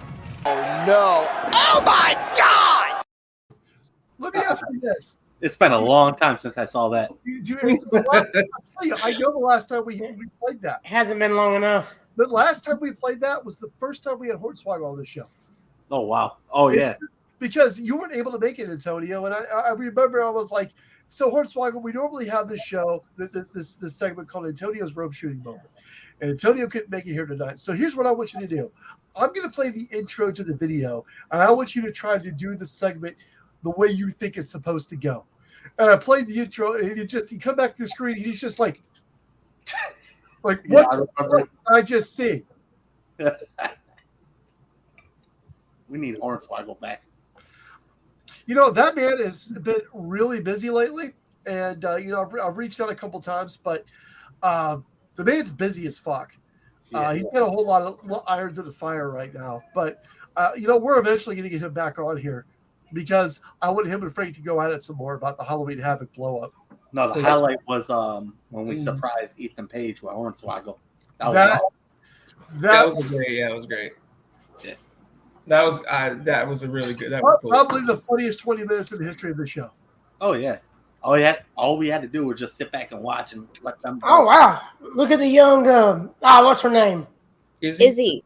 Izzy, like young Izzy right there. Wow. She's training to be a wrestler, I think, isn't she? She's that's what I heard. She's 14. He's a great follower. It's unfortunate where she was training to be a wrestler. My God. It's unfortunate. Yes, because she was training at a establishment that is run by Chase and Rance, who is a convicted sex offender. Who is it? Chase and Rance, a convicted sex offender. Yeah, quite frankly, that's pretty. That is kind of unfortunate. That's why I say it's unfortunate, and there are people that choose to associate with this wrestler, like So how the hell is he not? How is he not? So real quick, yeah, definitely go to Twitter and get at Andy or follow. She is probably one of the most sweet, kind-hearted people you'll ever see. Her interviews are great, and she does all this stuff with like the perspective of like this fresh new. I mean, she's still a kid, and she's getting to interview wrestlers, and she's got a popular show, and it's great, and it's a really fun follow, guys. So get on your Twitter, follow Izzy. She's not paying me to do this, at least I don't think she is, but we love you, Izzy. Yeah, I seen her in Chicago last year with her parents, and she's like a nice kid. She's a real good kid. I'm sorry, but like I'm looking back at this, like I know I say it a bunch of times, but like, Emma. Charlotte looked really good back then. Like so did Emma. Yeah, looks good. Like Charlotte actually looked like I would go after her. Don't lie, you'd go after her now. Well, if the opportunity arises.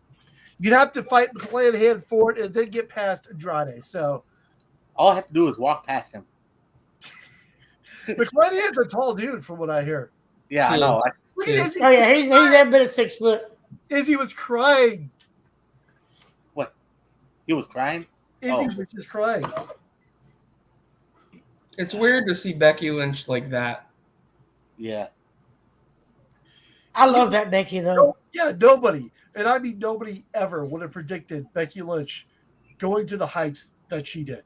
Yeah, I know, because she was like the bottom of the four. I love Becky Lynch. You know, when she got rid of the Irish River Dancer bullshit gimmick, and I remember that.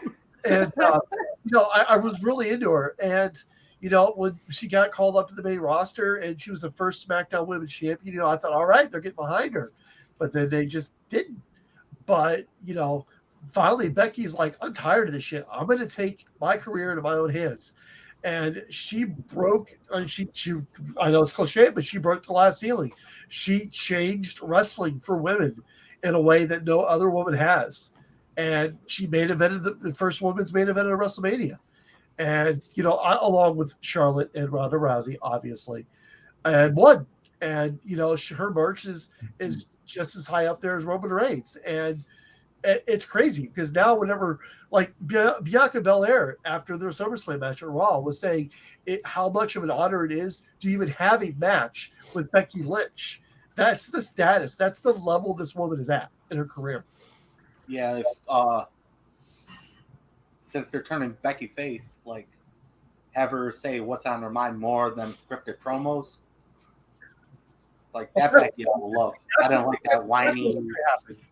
We've got Triple H back now. That's exactly what's going on. Right. See, it was funny. I think it was T-Rob that said something like whenever Becky and Bianca shook hands in the ring, I think he said, I think something's about to happen. Like he didn't call that when Bayley was coming out, but he felt like since there's that mutual respect and the handshake, he's like, something's about to happen.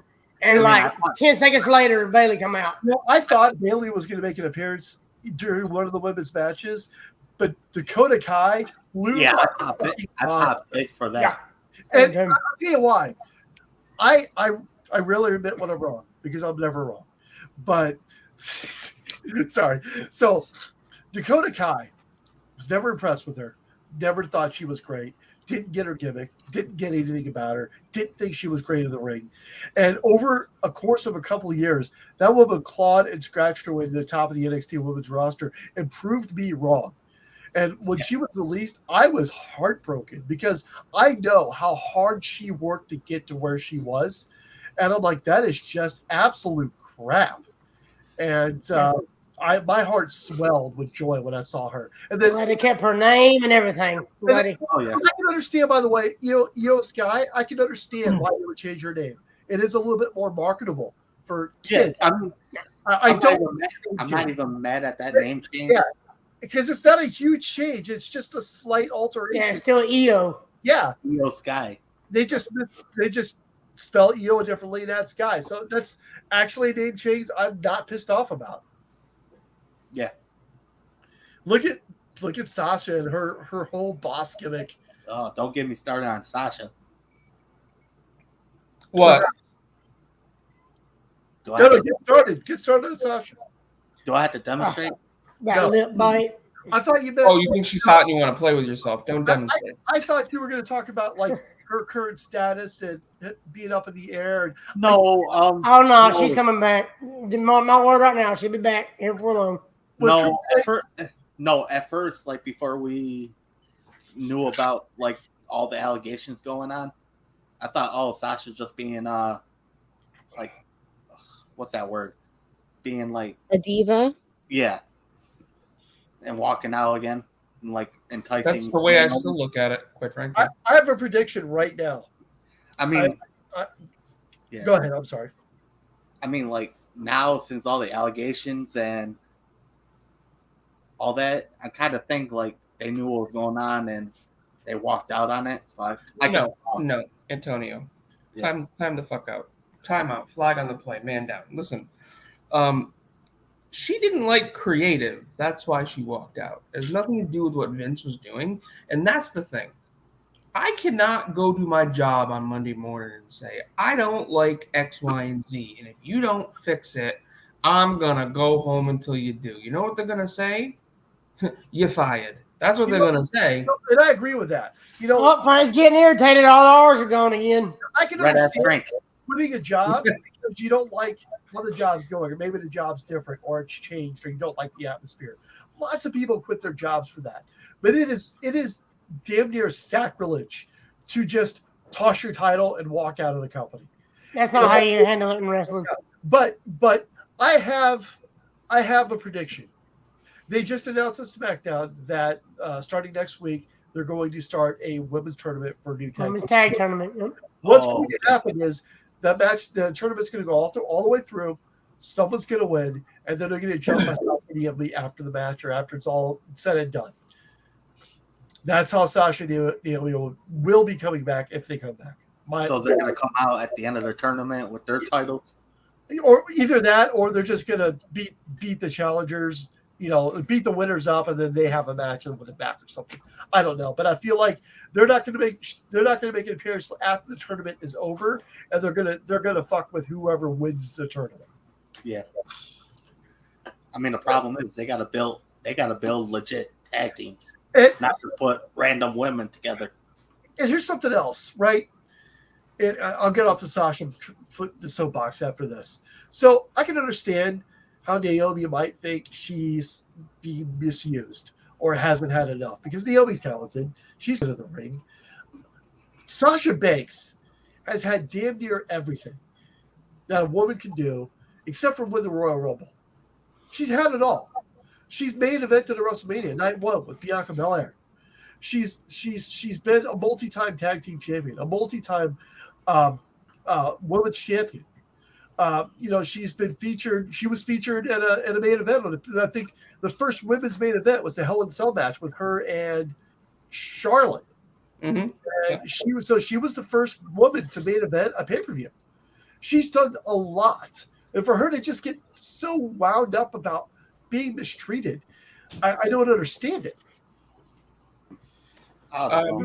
Totally off subject. There is pineapple on this pizza. Oh my God! No, you know what? Get him off. One of the go-tos in my house, I have to order when I order pizza because my kids want it, so do I. Replace the marinara, add barbecue, pineapple, bacon, and ham. No pineapple on pizza. No. Phil, I love you. What, do you want to put herpes on pizza? I mean, come on. What was that noise?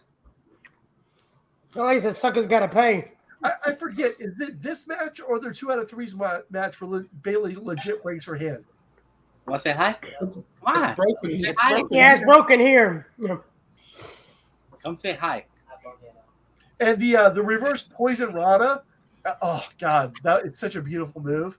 This whole match, little brother made on parents. This whole match is so well done. This is still, to me, one of the top 5 best women's matches of all time. Oh, your brother come out of the closet again? Yeah. He ran away.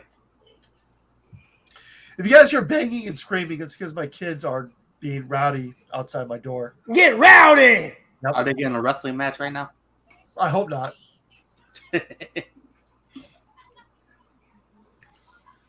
Yeah, like It's iffy on Sasha. I know she has a record of being whiny about like certain stuff, especially with the tag team titles.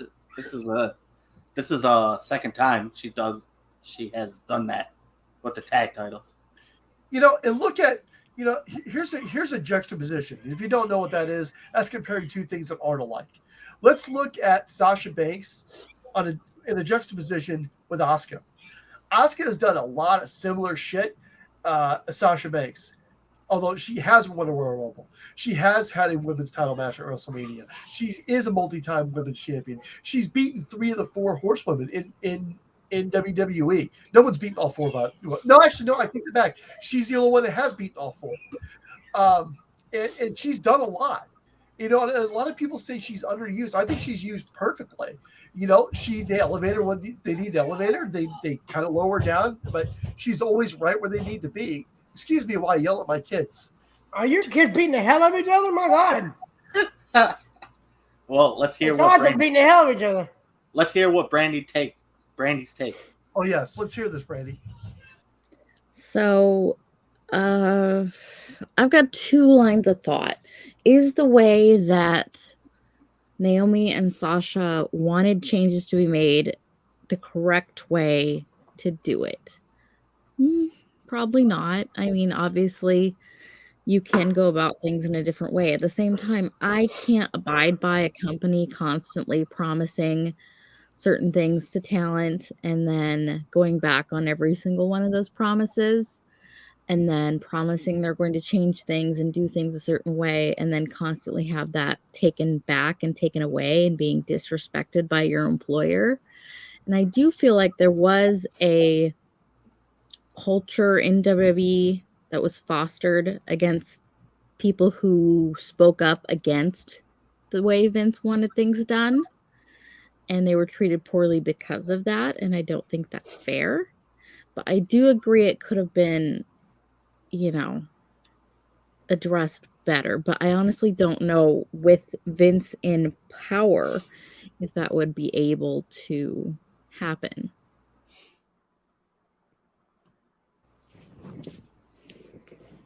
Because the old man was like, you're going to do things my way or you're going to get the fuck out. Well said. And, honestly, Triple H, he could be the same way, but, it's his way, but he's open to interpretations to his way. Exactly. Like, here's my idea, but what do you think? And what are you comfortable with?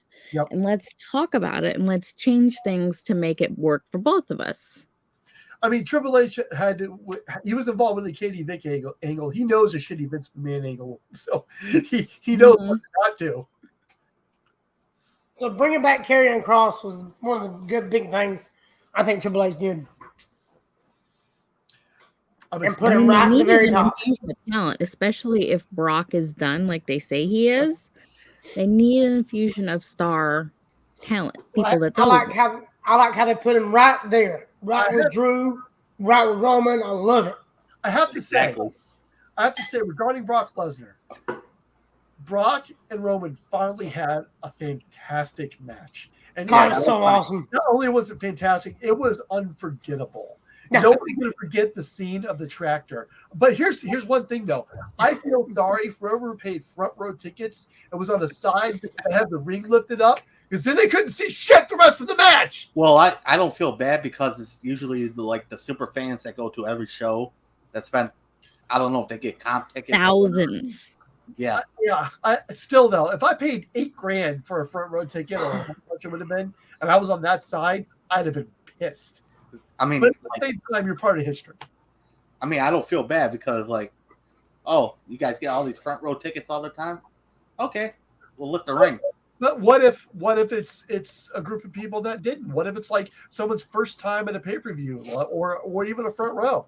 It's my first time. Well, I mean, it sucks for them, but I don't care about the super fans that we see. The green shirt guy, what was it? Jesus with his mom? Yeah, Jesus with his mom. The blonde hair guy. I forgot who else. Brock Lesnar guy. Oh, I hate that guy. Did y'all see that one guy dressed up as Joker? Yeah. I think so. Yeah, he had the he had the green hair, everything. He was on the aisleway. He was giving, who was it? Baron Corbin. He was giving Baron Corbin hell when he was walking out. Like, guys, that was our view of the ring. No one's going to forget that image ever. How was the pop in person compared to on TV when that happened? Oh, we were going nuts. Yeah, it was amazing. So here, the reason was real quick, Phil, just to put this into perspective. So you see my home screen here is a Titan. So we were, this is 114 right here, and this where the S is. Mm-hmm. We were down kind of right in the front. So the ring on a big S. Hey, can you zoom in on that where the S is? Because is that two red Titans right above us? The signs. What? What? The two signs that are above, there's a Nissan and Xfinity sign. Oh, yeah. Those two, okay. I was trying to tell the kids where we were sitting when we were watching it earlier. So I feel like, there was this whole big thing where Brock Lesnar was going to walk out because of the Vince situation. And I feel like Triple H is like, hey, if you stay, you can drive a tractor to the ring. That's a good. I sent the meme. I sent that meme to our group chat. I think it was either today or yesterday. It'd be like, hey, if you it's like, hey, what can we do for you to make you stay? Let me drive a tractor. Done. Right there, Bayley's hand legit got broken. That's right. Okay, so top frame, Lesnar, Vince retired. Screw you guys. I'm leaving. Second frame, Triple H. We'll let you drive a tractor to the ring. Third frame, Lesnar, you son of a bitch, I'm in. And you can tell Brock was having fun in that match. Oh my God, he was having so much fun. He was a different kind of guy. I don't know what sparked Brock Lesnar, but ever since he came back like last year at SummerSlam, he's just been having more fun rather than coming for. I mean, he's probably coming for money, but it don't show on screen like he used to. So how about that microphone catch? I didn't notice it until I went back and watched it. That was so fucking smooth, and the wink. The wink afterwards. We didn't see that, did we, Frank? Or did you see it when we were there? I don't. What microphone? I don't. When Brock Lesnar was up there talking and introducing himself, he threw it and Roman caught it. Like no look, and he fucking winked. Yeah, it's like he just no look. Wasn't all he did was he just turned his hand and caught it. That was it. Like Brock threw it perfect. Roman just went boom and winked at him after he caught it. When he was standing up in the bucket. Yeah, it's kind of like he used the force to summon the fucking microphone. Yes, exactly. It was freaking amazing. He used the force and like the microphone just appeared in his hand. Look it up, Frank. It's all over Twitter. Yeah. It's pretty good. Honestly, if that had just happened, it probably wouldn't have been over as much, but the fucking wink afterwards. Yeah. So I didn't even notice it until I think it was yesterday. That was the best. That was the best Brock Lesnar Roman match since 31. Yeah. I know we're talking over this great match. I'm still watching this match. Like to this day, I can watch this match once a week and never get bored watching this match. Oh, yeah. I think this is better than a 2 out of 3 falls match. Personally, even though the other one main evented, but this God, the emotions in this match that they said, you know what, screw what anyone else says, screw what they say we can't do. We're going to have our own match, period. Just the fact Triple H focused a lot on the women's, and it's about to again. I love Sasha's gear right here. There's something about it. I love it. Was the gauntlet to see who's going to face the women's champion. That was good. And the fact that Shayna Baszler is finally getting that push. Here's something. I hope so. Here's something I don't think people realize. So when Vince McMahon was in charge of creative, he was also in charge of everything else. He had so much responsibility that he never slept. He's famous for just constantly working. Triple H doesn't have that burden. He has creative. That's all he has. He doesn't have to go to all the board meetings. I mean, I know he has stock and everything, but he has so much less to worry about than Vince did that he can focus on great stories and great matches and establishing rapport with talent, and I love it. Yeah, I agree. Everyone else is quiet. I know. It's weird. It's This awkward. is a great fucking match. Absolutely. I love Sasha's gear. I don't know what it is. I love Bayley's booty. Oop, I Oh, said that out Jesus loud. Christ. My bad. Into the bank statement. Bank statement's locked in. Is this where she starts kicking her hand? Right, in just a second. Yep.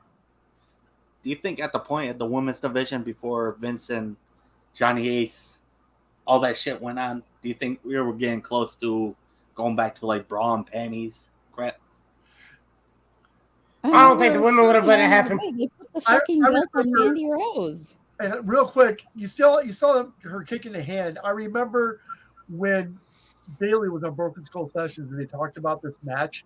Like, she was legit kicking her broken hand, and she powered through it. I mean, the guts that they had just powered through it. It's kind of like Becky Lynch when SummerSlam. She Oh my god, that gnarly the shoulder were 20. That's what Karrion Kross had when he won the NXT title from Keith Lee. Yep. There we go. That's some from our conversation before we started. Keith Lee would be another great guy that would benefit from a Triple H reign WWE. Oh yeah, like a whole bunch of them. Like if they didn't sign all those contracts, you know, Triple H will bring Adam Cole, Kyle O'Reilly, Bobby Fish, Keith Lee. Honestly, I think Cole would have left regardless. He wanted to be with his friends. He wanted to be with the Bucks. I think he would have gone on back. And honestly, I think Daniel would have left too. Daniel would have left. But I feel like if they gave Adam Cole the same type of respect and same type of run in NXT that he gave in the main roster and the money, he would have stayed. No, I mean, honestly, Britt's there. He wanted to go. He did what he wanted to do, and God, that ass looks good. He went. He would. I think he would have went. He was going to go. So here's the thing, though. People said the same thing about Finn Balor. Finn renewed his contract. Kevin Owens recently renewed his contract. People said he was leaving. So it's not necessarily just about friends. It's Cody Rhodes. Why did Cody Rhodes leave AEW? Because he wanted the one thing he's never got in his career, the big belt, what his dad never got. And at the end of the day, you want to do what's best for you. And, Scott Hall said it best. You can make friends or you can make money. Yep. Like, at this point, like, I could see... Wait. So, clearly, Adam Cole wanted to be with his friends.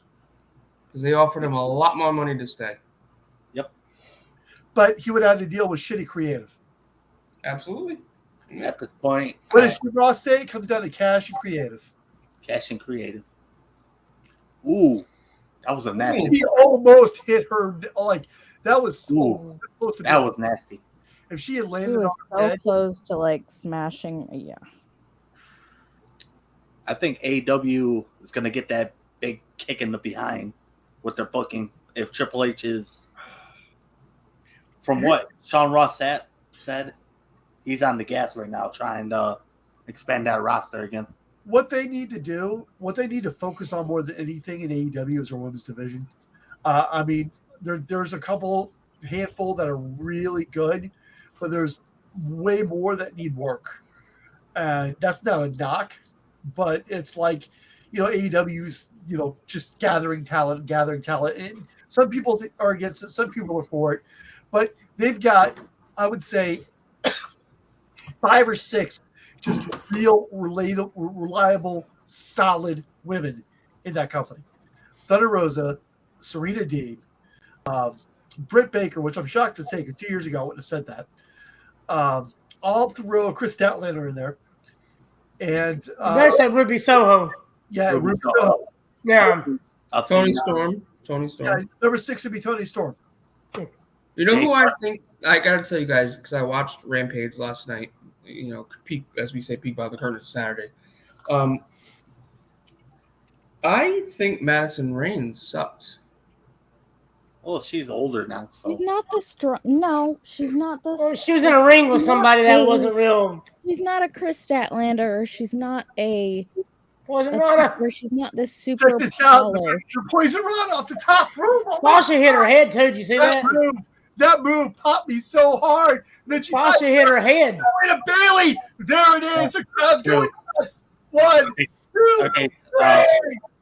Okay, All right. let Brandy. We all knew that was going to happen, yet you're still blowing your load. And you cut off Brandy. Hey. Yeah, Brand. So Let- good. Let Brandy finish. Sorry.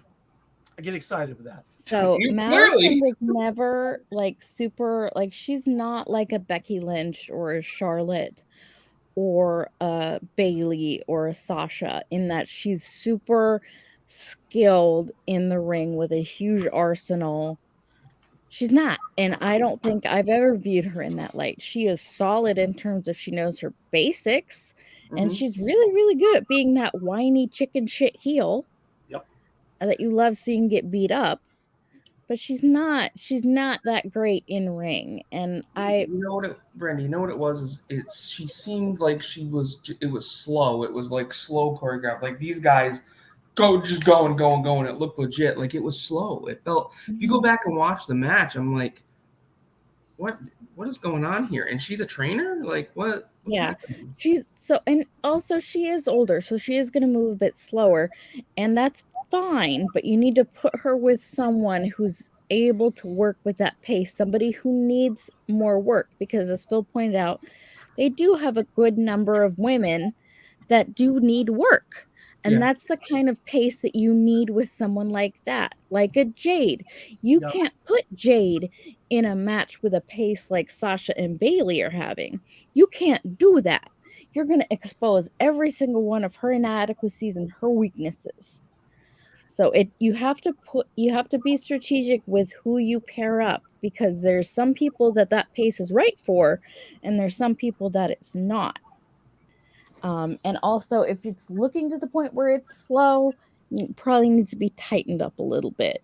But she's worked with the women's division in Impact, which is tighten up, yes, which is arguably one of the best. Underrated.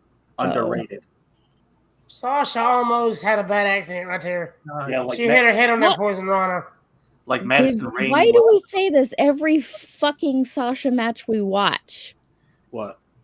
That she almost kills herself. That's because she cares that much about what she's doing. She wants it to look real. She wants it to look like. I don't know. She come close right there though.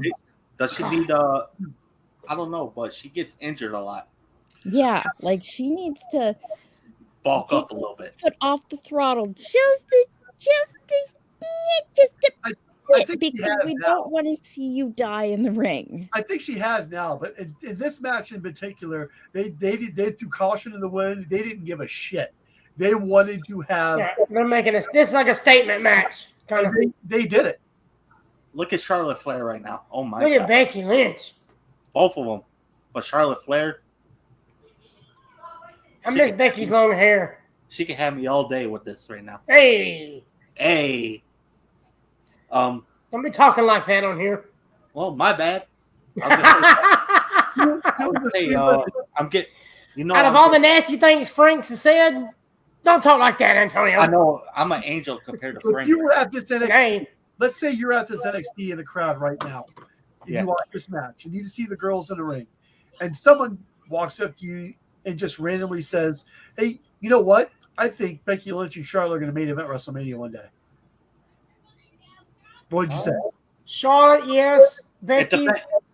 It depends who you're talking to. I think at this point, everybody was doubting Becky. Yeah, Charlotte, no doubt. But Becky, it's been tough at this point. You know, say what you want about Charlotte Flair, and I have a lot to say about Charlotte Flair. Her skills in the ring are undeniable. Absolutely fucking undeniable. She could have a great match with Brock Lesnar. And I don't say that. I would pay money to see that. She's just that good. I don't like her. I don't like her personality in real life. I don't like how she talks on the microphone. Charlotte. Oh. But that woman, her in-ring talent is second to none. And to not even want to be a wrestler, that's the crazy part. Yeah. Yeah, it was. Wasn't this supposed to be Reed It was Flair? Reed's, it was Reed's dream, and she did it for Reed him. was the one who wanted to do it, and Reed arguably had more talent than Charlotte does. I didn't mean to cut you off, Phil. I'm sorry, bud. No, I'm sorry. Really quick. When you guys watched the Ric Flair docuseries, right? Yep. Oh, Frank didn't watch it. Okay. Becky was kind of thick right here, and I love it. God, she looks amazing right here. The part where they actually played the 911 call, I think it was Rick. Yeah. Yeah, it was Rick. They played the 911 call. I'm surprised that I heard about that. It's not something I ever want to go back and even hear. I don't want to hear that. Yeah.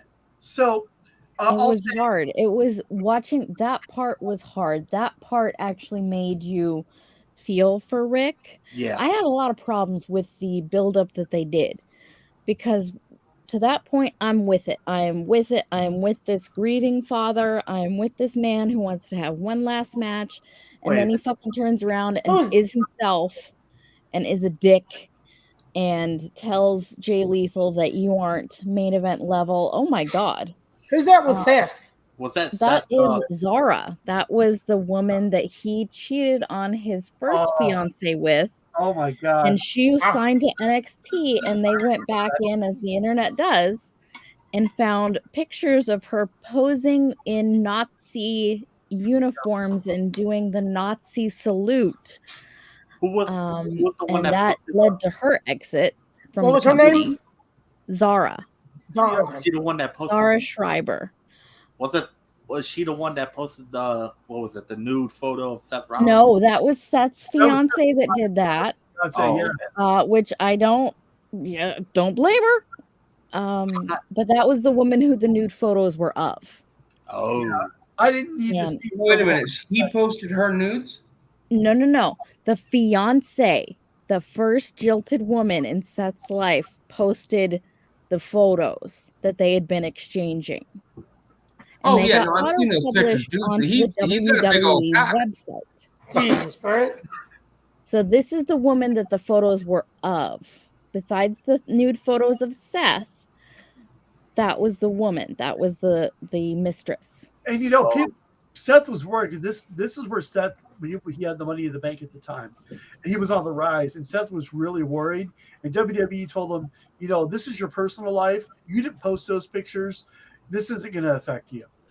And I feel like that. I mean, Can you imagine after those got posted, Phil? He's walking in the dressing room going, I got a schlong. Like, really? Did he? Batista walks in. Did he hit somebody in the eye with it? Oh God! Yeah. And then Batista walks in and goes, "Yeah, okay."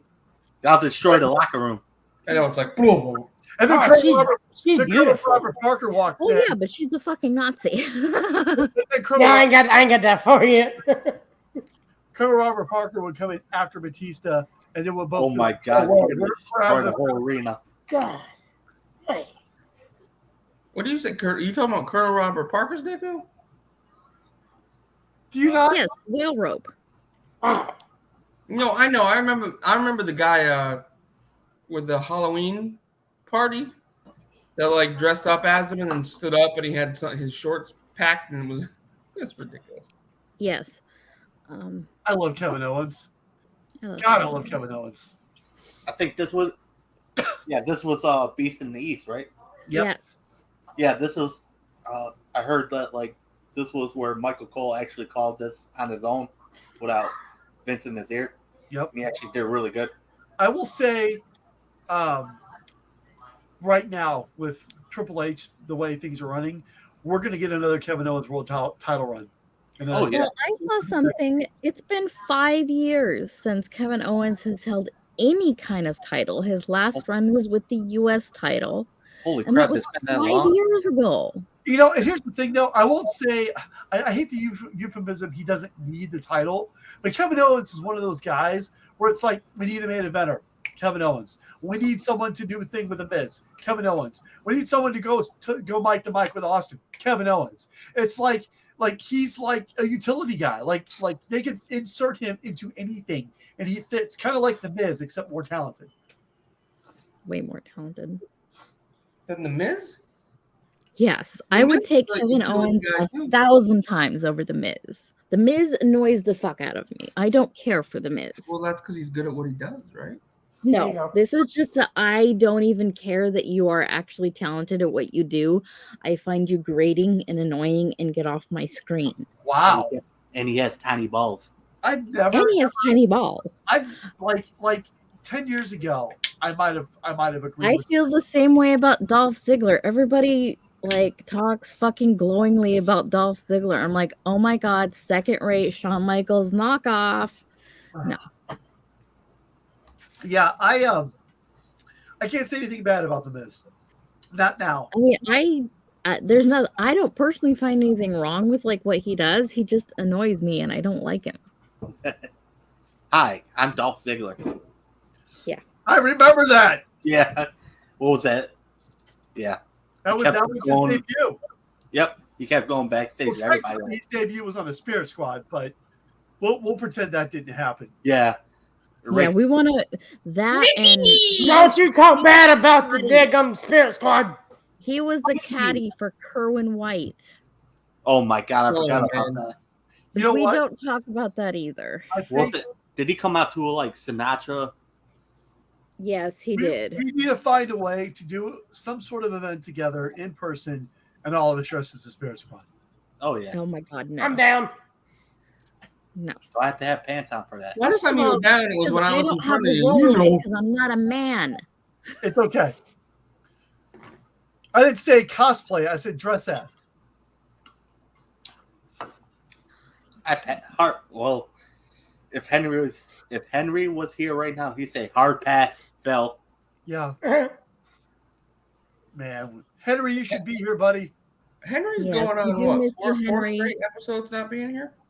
I miss Henry. He's not had a good run. Other than he's had a good run of bad luck, as they say. You know, other than the 10 minutes I was here for like 3 episodes ago, I've missed a few too, but there's also been a lot going on in my life. So if I were recording the last episode, I would have been talking like this and you wouldn't understand me because I've had lots of dental work done this month. Like I've been putting off dental work for a long time. And I'm close to driving down there right now. Yeah, and you know, I was ashamed of how much dental work I've needed, but I spent a lot of money on it, which is why I'm not going to Top Guy Weekend. That sucks. Yeah, I know all about that, man. But parents growing up did not promote good dental health. I promote great dental health for my children. You know, some of them have braces. They brush their teeth twice a day. But I neglected mine for too long. And, you know, turning 40 was kind of one of those light bulb moments where it's like my mom had dentures when she was 30 years old, like full-on dentures. I'm like, I don't want that to happen to me. And, you know, I brushed and occasionally, not as nearly as much as I should. And I regretted it. But I overcame my phobia of going to the dentist. I went, I've got a lot of work done. I'm going this Thursday upcoming for the last bit of that work. And then when my insurance re-ups beginning of the year, I've got a little bit more to do. And then I will be completely healthy dental-wise. And sorry, Phil. This is oh my God. I miss Steven. Yeah, absolutely. But I just wanted to share that with you guys because a lot of personal shit going on. I told Frank about it. Frank knows how fucking terrified I was of going to the dentist. And yeah, they've done a lot of work, and it's been painful, to say the least. And it sucks. I know how you feel, brother. And what the hell? You don't remember this? No, I don't remember him transporting. Yeah, how do they do that? Magic. How do you do that live though? Magic. Brandy might get quiet because it's hogwash. Mm-hmm.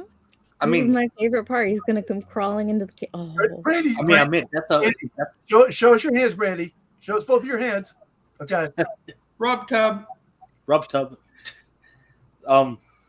Yeah, I admit that's a better transportation job than Matt Hardy. What? Don't you remember when? Real quick, I want AEW. I want everyone to watch because it's about to happen. This right here is where I get this meme from. Oh, okay.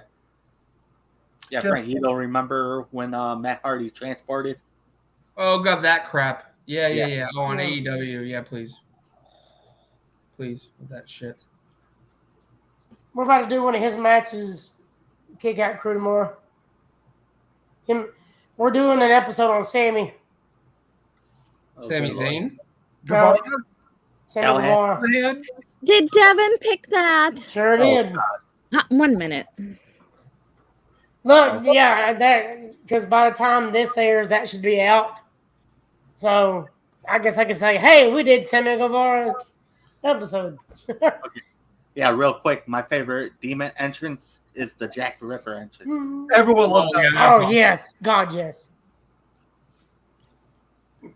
You know, I'm still waiting for my Kick Out Crew invitation. You know, same. What the fuck?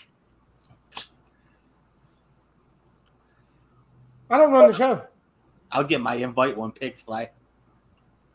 You know, Why do you I say that? won't say necessarily that I see eye to eye with everyone on that show, but I can be on a show with anyone regardless of personal differences, because I like doing it. I like being on talking about wrestling with other people and getting their opinions and their takes and their experiences, and you know that's what this show is all about. And yeah, absolutely, I'd love to be on Kick Out Crew if you guys ever want an asshole on there. I see where you got the picture from. Oh, that's great. Kevin Owens is not impressed. It's so great. I remember the first time I saw that, he's just like waiting. Like, are you fucking done yet? Can we have a match now? That's good. I'm so glad I That's great. It really is. It really is. Just going, yep, I don't give a shit. Are we done? And Frank, you co-hosted a show with me in the U-Haul. Hey, that don't count because you let me be a part of Fuck, Marry, Kill. It don't count. I was driving a fucking U-Haul. You were Adam from the U-Haul. You got a CDL? You got a CDL for that? When do you guys record? You don't need a CDL to drive. Tomorrow afternoon. Is that? I mean, is that your regular record? Sunday. So usually, sometimes it's on Thursday. So I mean, honestly, if you ever want a major asshole on your show, Gunner's Mate First Class Philip Asshole. Get that reference, you're awesome. We got one, but we won't mind the second one. But I will gladly come in there and have some fun with you guys. Hey, I've been getting cool with Alcarai again, so I might be able to get on. Oh yeah, I don't see that be a problem either. Like for a while, he blocked me on Twitter. He blocked me on Facebook. Not Was just that bad? Well, yeah, I was being an asshole. So Antonio knew how to stir the pot. He still does. He just knows when to reel it in. There you go. yeah, but I figured. But see, what's to me, Antonio, what is important is that what you just said. I was being an asshole. You recognized that you were struggling, or maybe you went overboard, and I do that too. I can come right out and be like, you know what? That 2 weeks when I was kind of in limbo, I was not a pleasant person to be around because it was horrible. Hence why I don't have a girlfriend anymore or whatever we were. Because, well, honestly, I still owe you an ass kicking for that. why? You know, For what? What did I do? that's the thing. Because of what you did, that's the problem. What did I do? Oh yeah, that. No. You know, even Efren's like on me about it. It's Hey, I get a squishmallow out of it. I'm not that upset. Hey, you do actually. I'm going to switch gears here for a minute. Finn Balor in the ring. I don't know if this is. I don't think too many people would agree with me on this, but Finn Balor's most recent NXT run is my favorite NXT run for Finn Balor. They let him be himself on the mic. They let him be more aggressive. And he was just a shit kicker. He wasn't a good guy. He wasn't a bad guy. He was a guy that was there to win matches and kick ass and win world titles, and that's what he did. And I could have got a demon, but I didn't. I have the Prince Finn Balor autographed on my wall because that is the Finn Balor I want on my wall. I need a Finn Balor. I love every version of Finn Balor. I love Finn Balor. I'm a huge Finn Balor fan. No, not a fan of how they're using him now. Oh God, no. I think that's why are you on mute? Yeah. Hey, Frank, look, I have some of your headphones still. I think Wait, that's you took them from the hotel? Those are the cheapest fucking. You have fucking or what are they called? AirPods, and you're fucking carrying those things around. I have been going ape shit, by the way, looking around my house for my earbuds. They've gone MIA, and I almost always have my earbuds in my pocket. I don't know what happened to them. Like my family can tell you, I've been driving them fucking nuts for days. Where are my earbuds? Where are they? I need to find them. So I'm about to the point where I'm just going to order another pair. This guy's got 18 fucking pairs of headphones. I don't get it. I always want two. I want a pair I keep at home and a pair I keep at work. Well, I got some at work, and then these are my backups. Plus, I got some in my truck charging now. And he's got 6 phones. What? Yeah, one for each. I returned one. Is it one for each girlfriend? I'd have to have more phones than that. 10 or 12 of them. Yeah, back to the Alreans thing. Like for me, I think it was. I think the problem was like when I was sober for that time period. There was times where I was like irritable and like just pissy and all that. You guys saw that.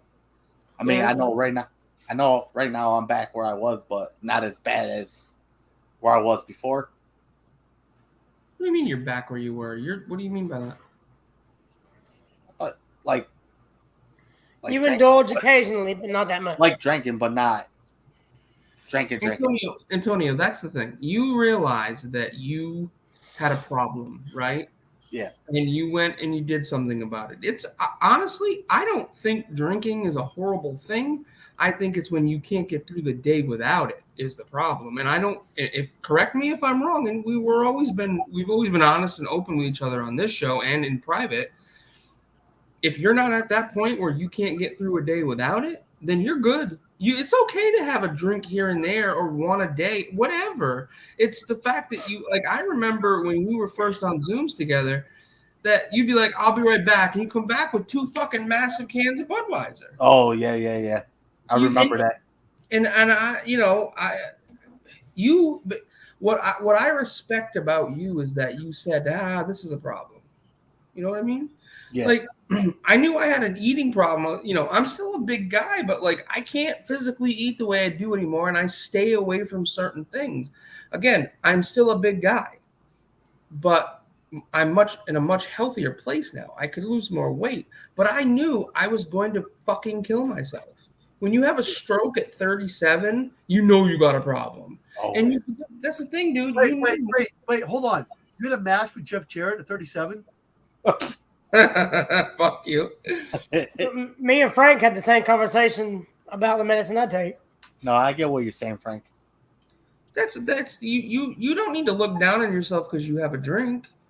No, look down on yourself if you wake up in a pool of fucking vomit and can't fucking function for the day. So yeah, that was me when I think what was it, my Chat Pack Live or whatever. The beginning of all this. I think back in early, it was like summer of 2020, a couple of years ago. Yeah, it was like that where I was like doing some stupid crap like pouring beer on myself and can't complete a sentence. I'm sorry. Let me interject here real quick. This is what's about to happen.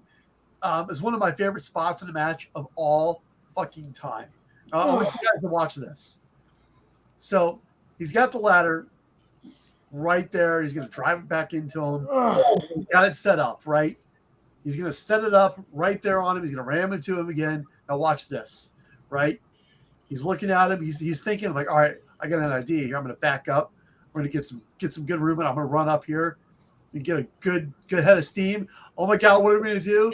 What are we going to do? Fuck you! I'm going to punch you in the face. I love that. Yeah, that was like that was the one thing I worried about when I actually like, what was it, Christmas Eve? I broke through and went to get one because I was worried about I was too busy thinking about my stepdad. I was worried about how you guys still thought of me, even though I kind of broke that. Why do you? Let me first and foremost, and this is just how I think now, and believe me, because back in 2016, 17, 18, and 19, what you just described, caring about what people thought of you, was me. I had fear of missing out. I gave a shit about what people thought of me. I always had to be the nice guy. You know, you got to put yourself first and foremost. You really do, and it's okay. Yeah. It's okay to put yourself first. So who gives a shit about what we thought of you? Is you be healthy. I thought I'd let you guys down because you guys really helped me through the year of sobriety at the time. It's okay to feel that way, but you didn't let me down. The way I look at it is you got to do what's best for you. You got to be healthy. Now, if you did something that was going to jeopardize your health, like drank a case of beer and then went to go to work, and since you drive for a living, that's a problem. And me, you as my friend, I would be worried about that. And your issues with the ringside rant, like I called you up and was like, let's talk about this. I don't understand what's going on. I think it makes us look bad. That's what you do. When you're friends, and that's why I have a hard time with this girl because we were really, really tight. And then the fucking one time I fully needed her to be with me and there for me after I had been there for her mentally and financially. And she couldn't be there for me. That was it. The light switch went off and I was done. And let me tell you something. We have had one conversation since. Oh wow. And I don't have the time of day for that anymore. The only time she will hear from me is when she makes a payment for the money she owes me. Man, you know what? I can't say that I've ever had a breakup that bad. But Phil, let me tell you something else. And I'm going to say this out loud. If I didn't have Brandy, I wouldn't have been able to pay for my fucking U-Haul to get down here. Because I gave the money to that girl, and I was short. And who did I call? My friend Brandy, who loaned me money.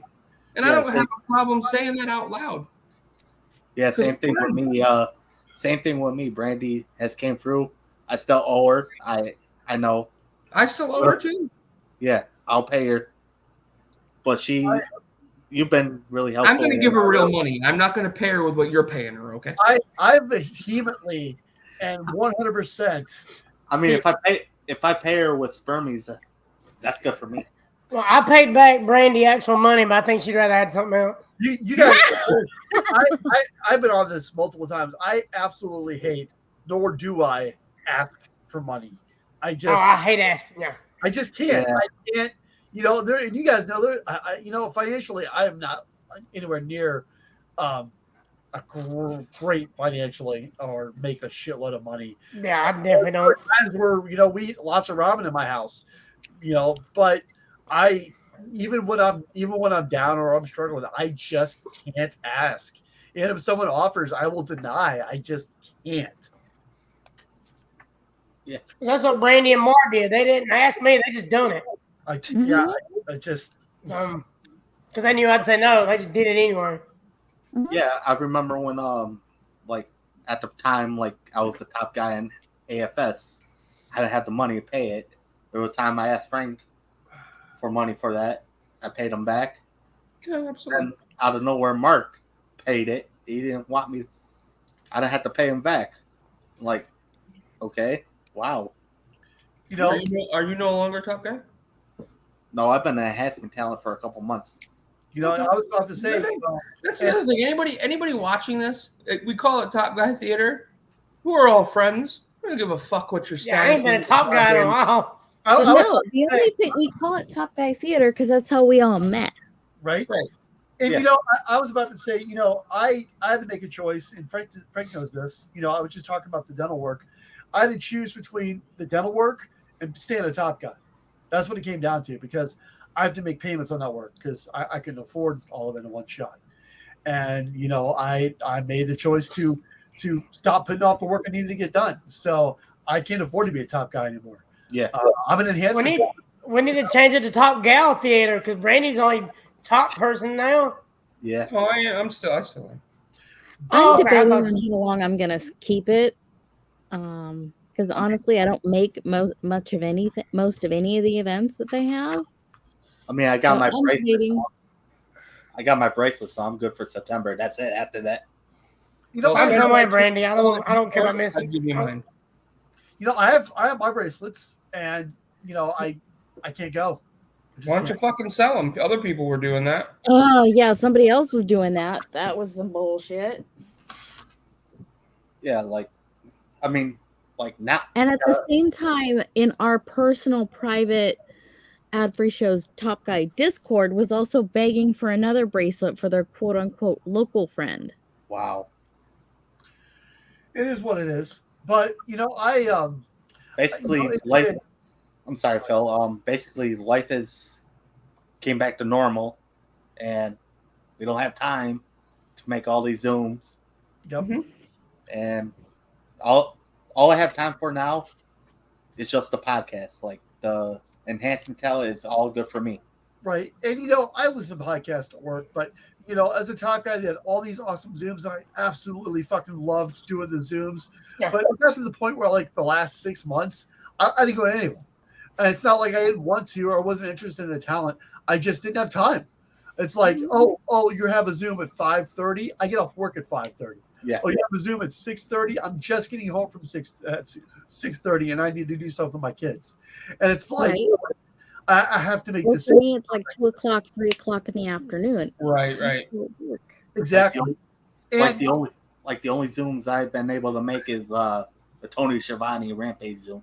Yeah, I obviously done that, but it got to the point where it's just like, even before I decided to stop being a top guy, I started thinking, why am I a top guy? What am I benefiting other than the top guy weekend experience? What do I benefit from this? And we're me and I think me, Frank, and Antonio were all top guys pretty much since the beginning. And I think the date is like May 1st, but I was part of it. No, it was April something. I was a part of it at the beginning. The benefits of being a top guy then versus now are radically different. Yeah. And it doesn't feel exclusive. Same. And there's one of the things listed on there on being a top guy. Exclusive pay-per-view watch party in Huntsville. Ad-free shows has been around for 2.5 years, and I know there's a pandemic. We've already had one Top Guy weekend. There's about to be another. There's yet to be a pay-per-view watch party. And there was comp tickets for a while, and that was taken away. I'm not going to get into that. We know what happened with that, but that was taken away from us. And there, and the Starcast. Originally, we were supposed to get free tickets to Starcast. And too many. That's when it was capped at 50 people. Yeah. Now it's not capped. Yeah. Right.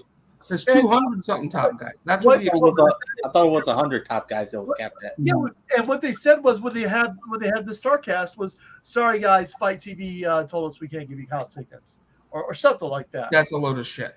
And so it was like all of this stuff. And please, I'm not trying to knock AFS because it's a great community. There's lots of people there. We wouldn't know each other without them. Yeah. But it's so different than what it was when it started. And, I feel like, and I love John Alba and I love Top Guy Tuesdays, even though I was only ever at one. I feel like they kind of did Top Guy Tuesdays to placate us because everything's so different. But I'm going to tell you, go ahead. No, you're fine. I'm just ranting at this point. Well, Top Guy Tuesdays, I'm going to be very honest with all of you. Top Guy Tuesdays is just a bunch of guys trying to get over.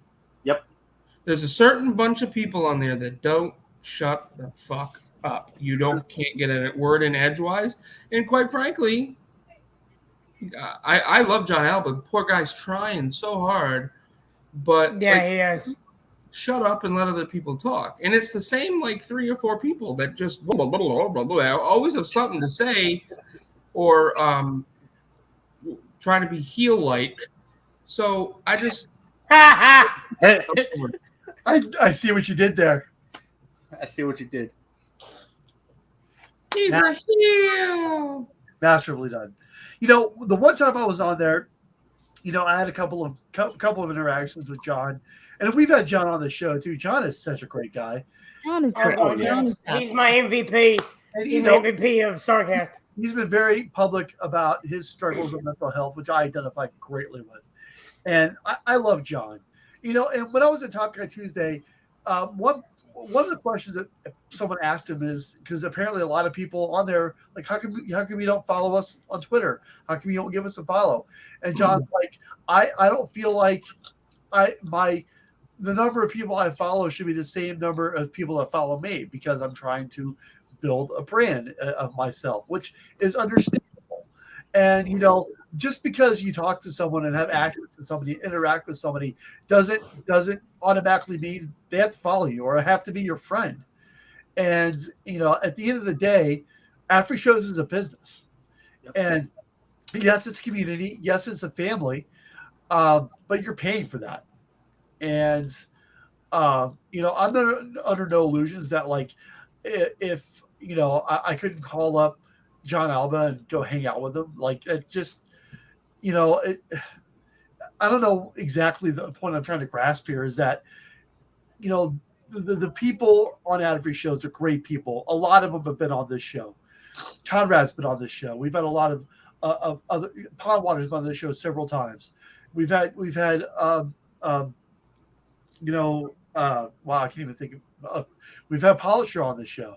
You know, we've had Evan's so great too. I love Evan too. We've got so many people on the show from AFS. So again, I'm not trying to knock it. It's just that now it's different from what it was. That it's not what attracted me to it to begin with in the first place. It kind of feels like a business now, more or less than a. And you know, maybe Conrad didn't think it was going to be as big as it did, or turn out the way that it did. Conrad just was a promoter for the second largest indie wrestling show of all time. So I mean, everything's different now than what it was almost 3 years ago. So I mean, I don't even know where I'm going with this rant anymore. No, I agree with you because it feels more like a business type deal now compared to when I first joined. It just felt good to be a part of it, like just genuinely being a part of just something fun. And some of the fun because they're doing giveaways. It's just not and different stuff like that. And yeah, exactly. It's just like, well, it's just a part of a brand now. Can you imagine how many people are going to be at Top Gun Weekend this year if everyone, or even 60% of them, bring plus ones? There's going to be 400 people there. Yeah. I mean, now imagine waiting in line to get an autograph from Matt Hardy with 400 people there. Like, yep. Shoot. The only person that would recognize me at Top Guy Weekend, like famous, is Tony Schiavone. Like, well, first of all, he's gonna be like, "I didn't know you were so short." I was at the Rochester show. I was sitting near the announcer. What show was it? The Rochester show. Okay. Rochester. Okay. Rochester. I don't think we're gonna have the same kind of access to talent that we did last time. Like with the karaoke, they're not going to let us all go up there and sing with them like they did last year. And, you see, AEW already did that. Yeah, and you know, they might have the karaoke, but it's not going to be like where there was like 20 of us right in front of the stage singing with Thunder Rosa or people. It's not going to be like that. I wholeheartedly believe it's not going to be like that anymore. And not everyone's going to get a chance to speak with Matt Hardy or Jake the Snake Roberts or DDP, who all will probably be there, or shit, even Kevin Nash. But it's just different. It feels more like Top Guy Weekend's going to be just another version of StarCast. I'm not even going for the talent or whatever. I'm going for y'all guys going for a vacation. It's just a vacation to me. Right. Yeah, that was a sick bump. Yeah, like honestly, like what we're putting together, like privately, like personally, like there's a bunch of us that are gonna go to Gibson Steakhouse for dinner. There's been talk of going to a White Sox game. Like, I feel like we're planning more stuff that we're looking forward to more than the actual Top Guy weekend stuff. Yeah, so we're getting all well done steaks. No. God no. Medium. Yes, To medium. swear to God, if you get a well done steak, I'm kicking you out of this room right now. I'm throwing it at you. Well done is the best. No. You're dead to me. Look, I ain't even thought about meeting the people. I can't even tell you the last time I listened to one of the other podcasts. I listened to the Wives of Wrestling. I listened to Jericho. Ooh. I think the last one I listened to was Regal's when they sent in the questions and he answered them. That's the last one I listened to. I ain't listened to Eric in a while. I haven't listened to Tony in forever. Basically, because of AFS, I got friends in Alaska. I got friends in Ireland. Ireland? Yeah. Was it Scotland? Is that where Nick Mills lived? Yes, Scotland. I mean, it's insane. I got friends in... I'm on 2 podcasts now because I got friends from the wrestling group. I got friends in Alabama. That's the first for Puerto Rico. Hey! So I guess what the point we're all trying to make is that we don't hate ad-free shows. It's just not the ad-free shows that we have. We're the OGs. Yeah. It's not the same that it was. With that being said, so again, great ladder match. Finn Balor, who there's his penis. Oh Jesus! Tucked away a little bit more than usual. He is still the NXT champion. It was a great match. It's been a long show. We've had some great conversation tonight. Love everybody out there. Let's do a quick around the room. Can I do one quick question? Yeah. Which NXT belt do y'all like better, the new one or this one? The new one. I thought that one sucked. No, I don't like the rainbow one. No. The rainbow one. No. They made the belt, not the logo. Oh, you're talking about the the belt, the NXT title, the championship. Yeah, the rainbow one sucks. Is it? Wait, does the belt have rainbow on it now? Yeah, they changed the belt where like it shines like different colors. Oh no, I didn't know that one. In either the original or the one that coming after this. How about that? The one before the rainbow crap was the. So I ain't even seen that one, so I don't even know that one. So there's 3 NXT belts. Which one is it? 1, 2, or 3? World title. 2. Number 2. Okay. Just curious. So let's start with Antonio since he picked the show. Your final thoughts. Great show. Can't say anything better about it. It's just been great. Every match was good. I could have said that for any NXT Takeover before the 2.0 crap. That's very true. Yeah. Great show. Brandy? I loved this show. There was nothing bad about it. It didn't feel overbooked or overdone. And that's just what I love about wrestling. It's great. And hanging out with you guys after not doing it for a while. Yeah. It's always good. We got the crew back together. I'm always late. Record on Saturdays. I mean, it just shows the OGs of NXT compared to where they're at now.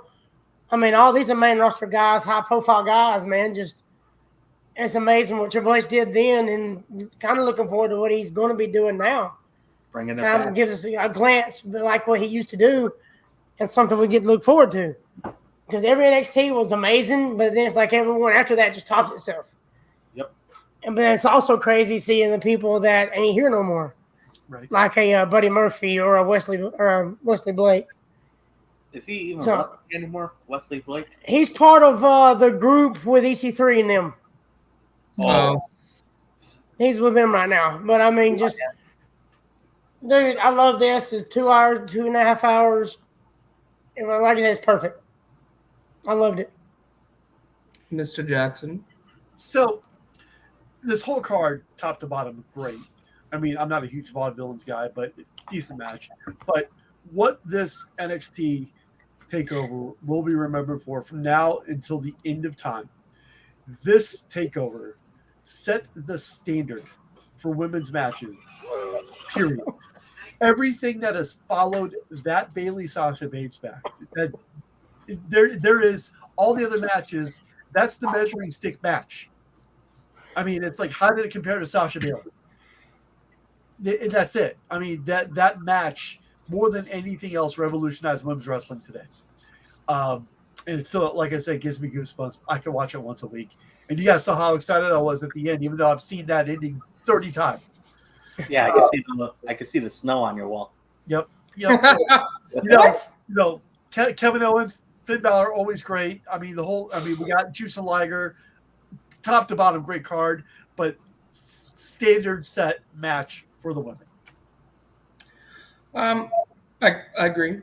My take is this is what got me into NXT. I said at the beginning of the show, and I feel I agree with you on everything you said about the measuring stick with Bayley and Sasha. That was probably at that point the best women's wrestling match I'd ever seen. I mean, I grew up with Alundra Blaze having to fight people like Bertha Faye. Like, I mean, nothing against Bertha. It was just there was no emphasis on it. There is now, and I love that. So I'm not sure what our next show is going to be about. We'll figure it out. But that's kind of what we do here, right? We just kind of go. Or NXT. I have no problem with that. Hell, I mean, I wouldn't be opposed to watching SummerSlam. We haven't really. I don't care. We'll figure it out. On that note, I want to thank everybody for being here. Being patient with me. I know I was kind of salty the last couple of shows because of the things going on here, and I just appreciate everybody. We appreciate you, Creepy Bigums. Yeah. With that being said, I haven't heard that in a while. We'll see y'all next week. 14 WrestleManias. A leg drop. An elbow smash. A body slam. Are you ready to fight? Who will survive? Just that's the outro.